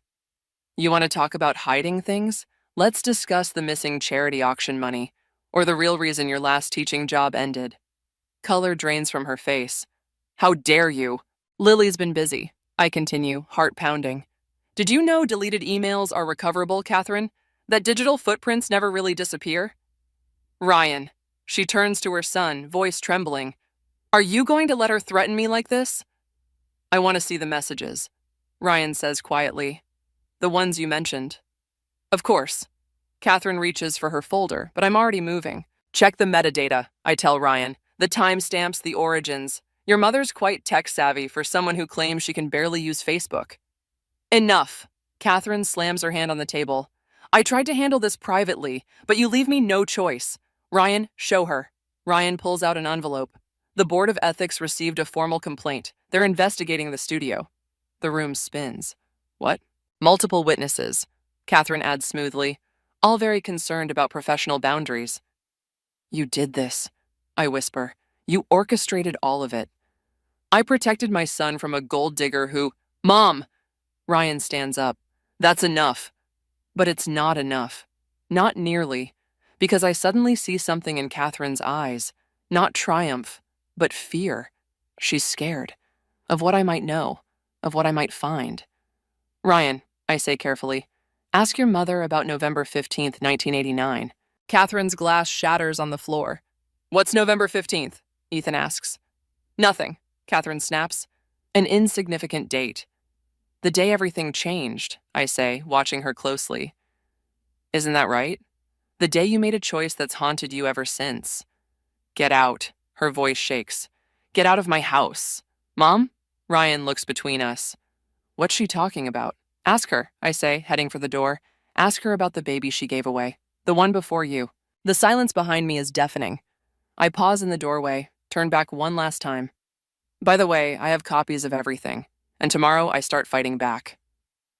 Outside, my hands shake so badly I can barely call Mia. When she answers, I'm already crying. It's done, I tell her. I dropped the bomb. Come over, she says. Lily's here. We've found something else. Something bigger. I look back at Catherine's house where raised voices now filter through the windows. How much bigger? Remember how Mom always said our parents died in a car crash? My blood runs cold. Yes? Catherine was the principal at their school, and I just found out why they were driving that night. The newspaper clipping trembles in my hands as Mia and Lily hover nearby. Yellowed with age, the headline screams across decades, local educator cleared in fatal accident investigation. She was the last person to see them alive, Mia says, her voice hollow. Our parents went to confront her that night about something they'd discovered at the school. Lily taps her laptop screen. The police report mentions missing financial records, but the case was closed within weeks. Catherine's husband was the deputy mayor then. My phone buzzes. Ryan again. 10th missed call since I left the dinner party. I silence it. There's more, Mia continues. Remember that teaching assistant who disappeared the year before? The one Catherine claimed moved to Oregon? A knock at the door makes us all jump. Through the peephole, I see Ethan looking disheveled. Don't, Lily warns, but I'm already opening it. He bursts in. You need to come back. Mom's having some kind of breakdown talking about babies and accidents and… He stops, seeing the newspaper. What's that? Ask your mother, I say. Ask her about Sandra Chen, the teaching assistant who knew too much. His face drains of color. How do you know that name? Because our parents knew it too. Mia steps forward. Right before they died. Ethan sinks onto the couch. The night of the accident, Mom came home late. Her car had a dent. Dad made some calls and everything just went away. My phone lights up again. Not Ryan this time, but Catherine. Put it on speaker, Lily says. Catherine's voice fills the room, raw and desperate. You think you know everything, don't you? But you have no idea what really happened that night. Then tell me. Your parents were going to destroy everything I'd built. They didn't understand the choices I had to make. What choices? Come alone to the school, the old building. I'll show you exactly what happened 25 years ago. The line goes dead. It's a trap, Lily says immediately. Obviously, I agree. But she's unraveling. This might be our only chance to get the truth. I'm calling Ryan, Ethan stands. No, I grab his arm. Your mother's spent decades building walls of lies. If Ryan shows up, she'll just construct another one. Then I'm coming with you, Mia insists. I shake my head. She'll only talk if I'm alone, but I need you to do something else. I outline my plan quickly, watching understanding dawn in their eyes. That's brilliant, Lily whispers, and terrifying. If I'm not back in 2 hours, we'll have everything ready, Mia promises.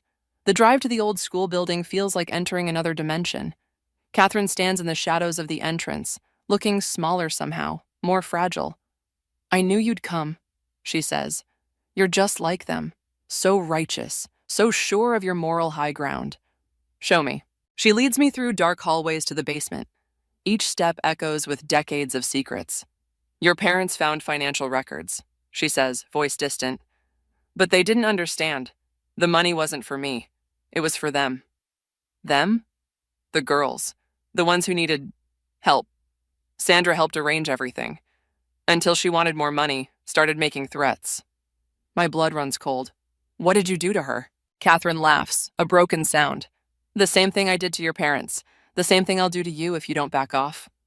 A door slams behind us. I spin around, heart pounding, but Catherine blocks the exit. You should have taken the hint, she says. Should have just walked away. Now I'll have to explain another tragic accident. Like you explained Sandra's disappearance? Ryan will understand. He always does. Will he understand this? I pull out my phone, the recording light blinking. Behind Catherine, shadows move in the darkness. Now, Mia. The basement floods with light. Ethan and Ryan step out of the shadows, phones raised, recording everything. Mia stands by the stairs, her tablet live streaming to the police. Catherine's face crumples. Ryan, I can explain, but Ryan's eyes are ice. I think you've explained enough, Mom. In the distance, sirens wail. The police interview room feels colder than the basement where Catherine tried to trap me. Detective Morris slides another crime scene photo across the table. My parents' mangled car at the bottom of the ravine. Mrs. Henderson maintains it was an accident, he says. Just like she maintains Sandra Chen moved to Oregon. And you believe her? He taps the photo. 25 years of believing doesn't make something true. My phone buzzes. Another message from Ryan. We need to talk, please. Your mother-in-law's political connections won't help her this time, Morris continues. But we need more than circumstantial evidence. What about the financial records? Disappeared, along with everything else from that period. I leave the station feeling hollow. Lily's waiting outside, laptop open. You need to see this. It's a video from Catherine's hearing. She sits perfectly poised, every inch the respected educator. These accusations are absolutely groundless, she tells the judge. Adriana has been unstable since losing her parents. She's fabricating these connections to process her grief. That manipulative… Wait, Lily says. Watch Ethan. Behind Catherine, Ethan shifts uncomfortably, touching his jacket pocket. The same nervous tic from childhood, when he was hiding something. He knows something, I breathe. Better. Lily zooms in. Look what's sticking out of his pocket. A flash of red. The corner of a notebook. My phone rings. Ethan. Don't answer, Lily warns. But I do. Hello? Meet me at the studio. Alone. His voice shakes. Mom doesn't know I kept it. The studio is dark when I arrive. Ethan paces between the yoga mats, jumping at shadows. Show me, I say. He pulls out a red notebook. Sandra's diary. She gave it to me for safekeeping, right before she left. I was just a kid. Didn't understand what it meant until now. I reach for it, but he pulls back. Wait, you need to know. This will destroy everything. Not just Mom, all of us. She killed our parents. And Ryan's father. His words hit like physical blows. The diary. It's all here. The money laundering, the girls she helped, Dad's threats to expose her. The accident that wasn't an accident. My phone buzzes again. Ryan. Always Ryan. He deserves to know, Ethan says. Like you deserve to know? All these years you kept this hidden. I was protecting my family. You were protecting a murderer. The studio door opens. Ryan stands there, face ashen. I heard everything. Ethan stumbles back. How long? Long enough. Ryan moves toward us. The diary, now. Ryan, I start, but he cuts me off. You don't understand. None of you do. This goes deeper than Mom. What are you talking about? He pulls out his phone, shows us an email. Dad's old partner contacted me. There are people who'll pay to keep this quiet. Enough to set us all up for life. The world tilts sideways. You want to bury this? After everything she's done? I want us to be smart about this. He reaches for me. Think about it. The money, a fresh start. I step back. Our parents deserve justice. Your parents are dead, he snaps. Nothing will bring them back. But we're alive and we have choices. Ethan clutches the diary tighter. We can't. Can't what? Catherine's voice cuts through the darkness. She stands in the doorway, gun trained on the diary. Can't keep family secrets? Can't protect each other? Mom, Ryan breathes. What are you doing? What I've always done. Protecting this family. She steps forward. The diary, Ethan. Now. My phone buzzes one final time. A text from Mia. Police in position. Keep her talking. But as I look at Ryan's conflicted face, at Ethan's trembling hands, at Catherine's unwavering gun, I realize something terrible. I don't know whose side anyone is really on anymore, and the truth might destroy us all. The diary burns in the fireplace while Catherine keeps the gun trained on us. Each curling page takes my parents' justice with it, turning truth to ash. Ryan stands between us, his loyalty finally chosen. It's better this way, he says softly. A clean slate. My wedding ring feels like it's burning my finger. Clean for who? Everyone. Catherine's voice is steady now, confident. The money will be in your account by morning. Enough to start fresh somewhere else. You think you can buy my silence after confessing to murder? Confessing? She laughs. There's no evidence, dear, just the ravings of a troubled woman who's clearly having a mental breakdown. Ethan won't meet my eyes. His betrayal stings worse than Ryan's somehow. He had the truth all along, held on to it until it could be used as a bargaining chip. The police, I start, have nothing. Ryan cuts in. Mom's right, without the diary. My phone buzzes. Mia's message glows. Officers in position, give the signal. But what signal? What proof? I watch another page blacken and curl, taking Sandra's words with it. I've already called Dr. Warner, Catherine continues.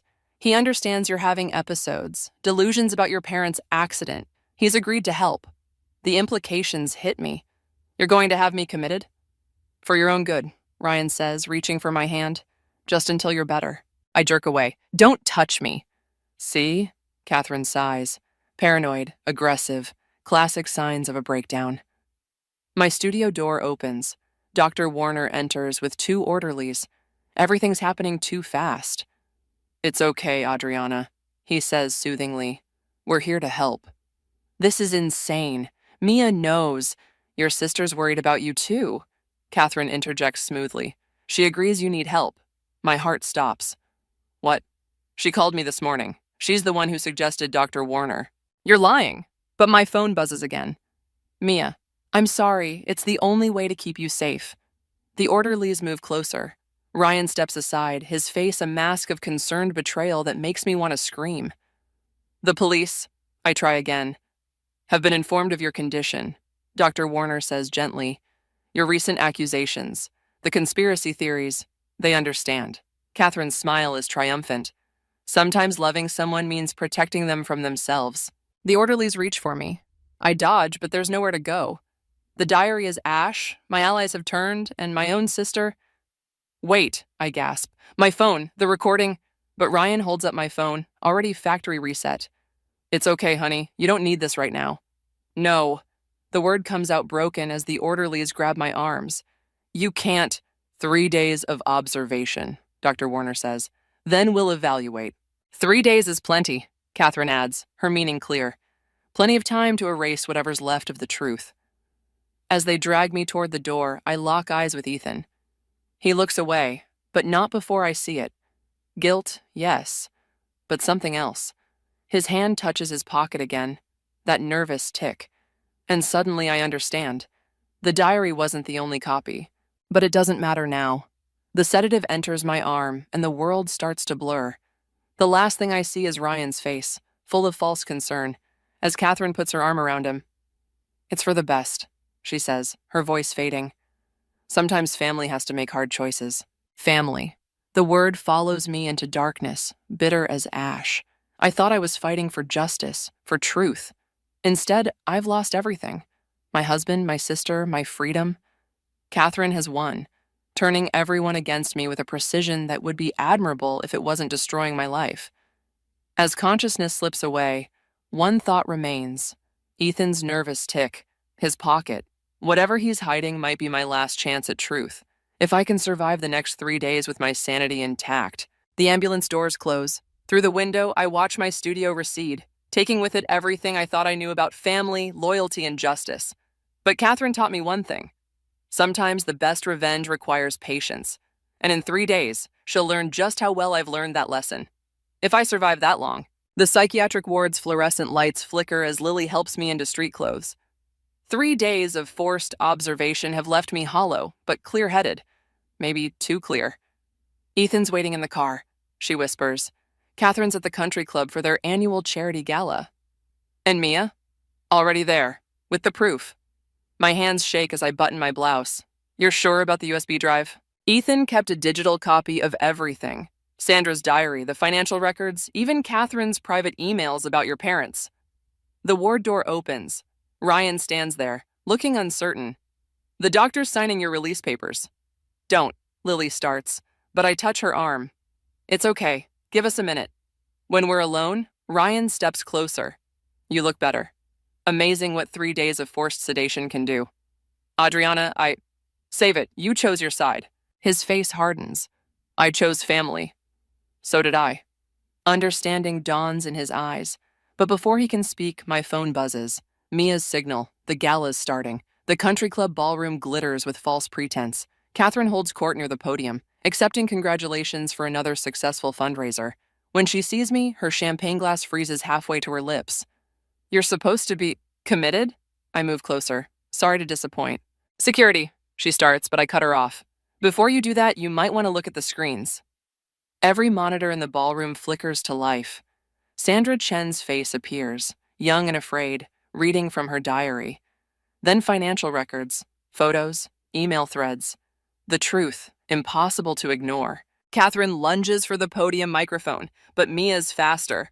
Ladies and gentlemen, my sister's voice rings out. I think it's time we learned where last year's missing charity funds really went, and the year before, and about a young teaching assistant who knew too much.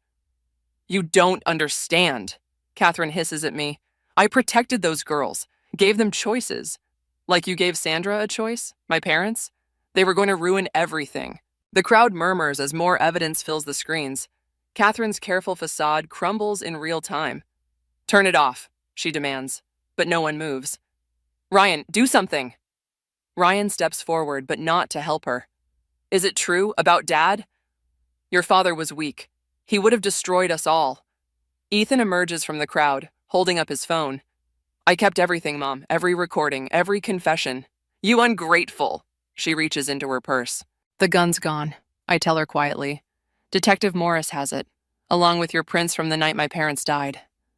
She backs away, looking for escape, but the crowd has become a wall. Years of manipulation and murder collapse into this single moment of exposure. I did it all for you, she tells Ryan. Everything. Always for you. No, he says. You did it for yourself. Police appear at the doorways. Catherine sees them and something breaks in her eyes. She turns to me, all pretense gone. You think this is justice? She snarls. You've destroyed your marriage, your family. You destroyed those things. I'm just bringing the truth to light. The truth? She laughs, high and broken. You want truth? Ryan's not my only secret child. Ask your sister why she really helped you. My head snaps toward Mia, who's gone pale. That's right, Catherine continues as the police move in. Sandra Chen didn't just disappear. She gave birth first, to a baby girl. Who better to help destroy me than another daughter I threw away? The handcuffs click around Catherine's wrists, but I barely hear the Miranda rights being read. I'm staring at Mia, my sister, my ally, my half-sister. She meets my eyes across the chaos, and in that moment I understand everything. Why she always knew more than she let on. Why she fought so hard to help me expose Catherine. I wanted to tell you, she whispers. The truth crashes over me. Not just justice served, but family redefined. As Catherine is led away, still spitting revelations like venom, I realize revenge wasn't the end I was seeking. It was understanding. And now, standing in the wreckage of exposed secrets, I have to decide what to rebuild from these ashes of truth. The courthouse steps feel colder than they should in spring.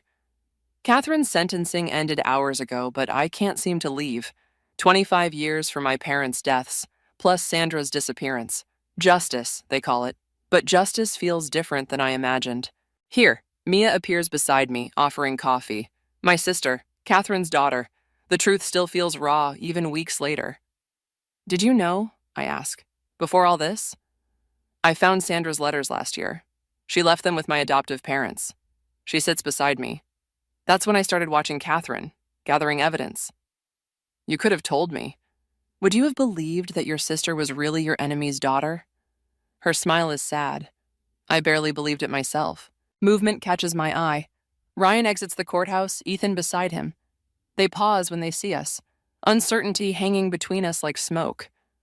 The house sold, Ryan says finally. And the country club membership. Keep it, I tell him.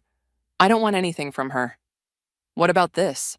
He holds out a familiar red notebook, the original diary. Found it in Mom's safe. There's more in here, about other children. My stomach turns. How many? Enough to keep the police busy. Ethan takes the notebook. I'll make sure it gets to Detective Morris. Ryan lingers. Adriana, Don't. I stand up. Some betrayals can't be undone. I was trying to protect your family, I know, but I was your family too. He flinches as if I'd struck him. Good. Let him feel something real for once. Lily pulls up in her car, right on time. Ready? I look at the scattered remains of what I once called family. Ryan, who chose loyalty over love. Ethan, finally finding his courage too late. And Mia, my sister in more ways than blood could ever define. The studio reopens tomorrow, I tell them. New name, new start. You're welcome to come, or not.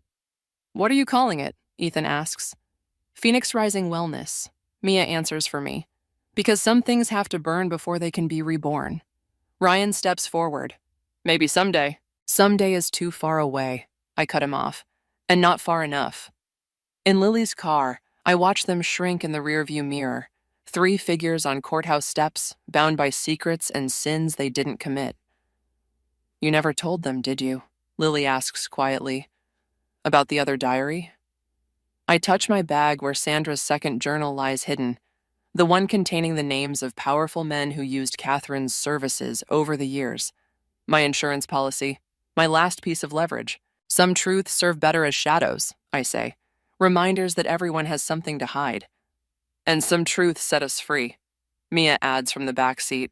I think of Catherine in her prison cell, of Ryan in his empty house, of all the careful lies exposed to sunlight. But I also think of Mia, who chose truth over comfort, and Lily, who never wavered. The studio event tonight, Lily reminds me. Your first class back. You sure you're ready? I close my eyes, feeling the weight of Sandra's second diary, heavy with secrets that could destroy more lives. Revenge brought justice, but at what cost? And what would justice mean for those other names, those other crimes? I'm ready, I say, opening my eyes. But not for a yoga class. Mia leans forward. What then? A support group for survivors of family violence. People who need to tell their stories. Because that's the real power, isn't it? Not revenge, but revelation. Not destruction, but reconstruction. Building something new from the ashes of what burned. Sandra would have liked that, Mia says softly. The sun sets behind us as we drive, painting the sky in colors of fire and rebirth. I think of Catherine's final words in court. I regret nothing. But I do, and I don't. And somehow both are true. Tomorrow, I'll stand before a room of strangers and say, tell me your story. And in their truths, maybe I'll find the final pieces of my own. But for now, I let the sunset burn away the last shadows of what was, making space for what could be. Some phoenixes rise alone, but the strongest ones rise together.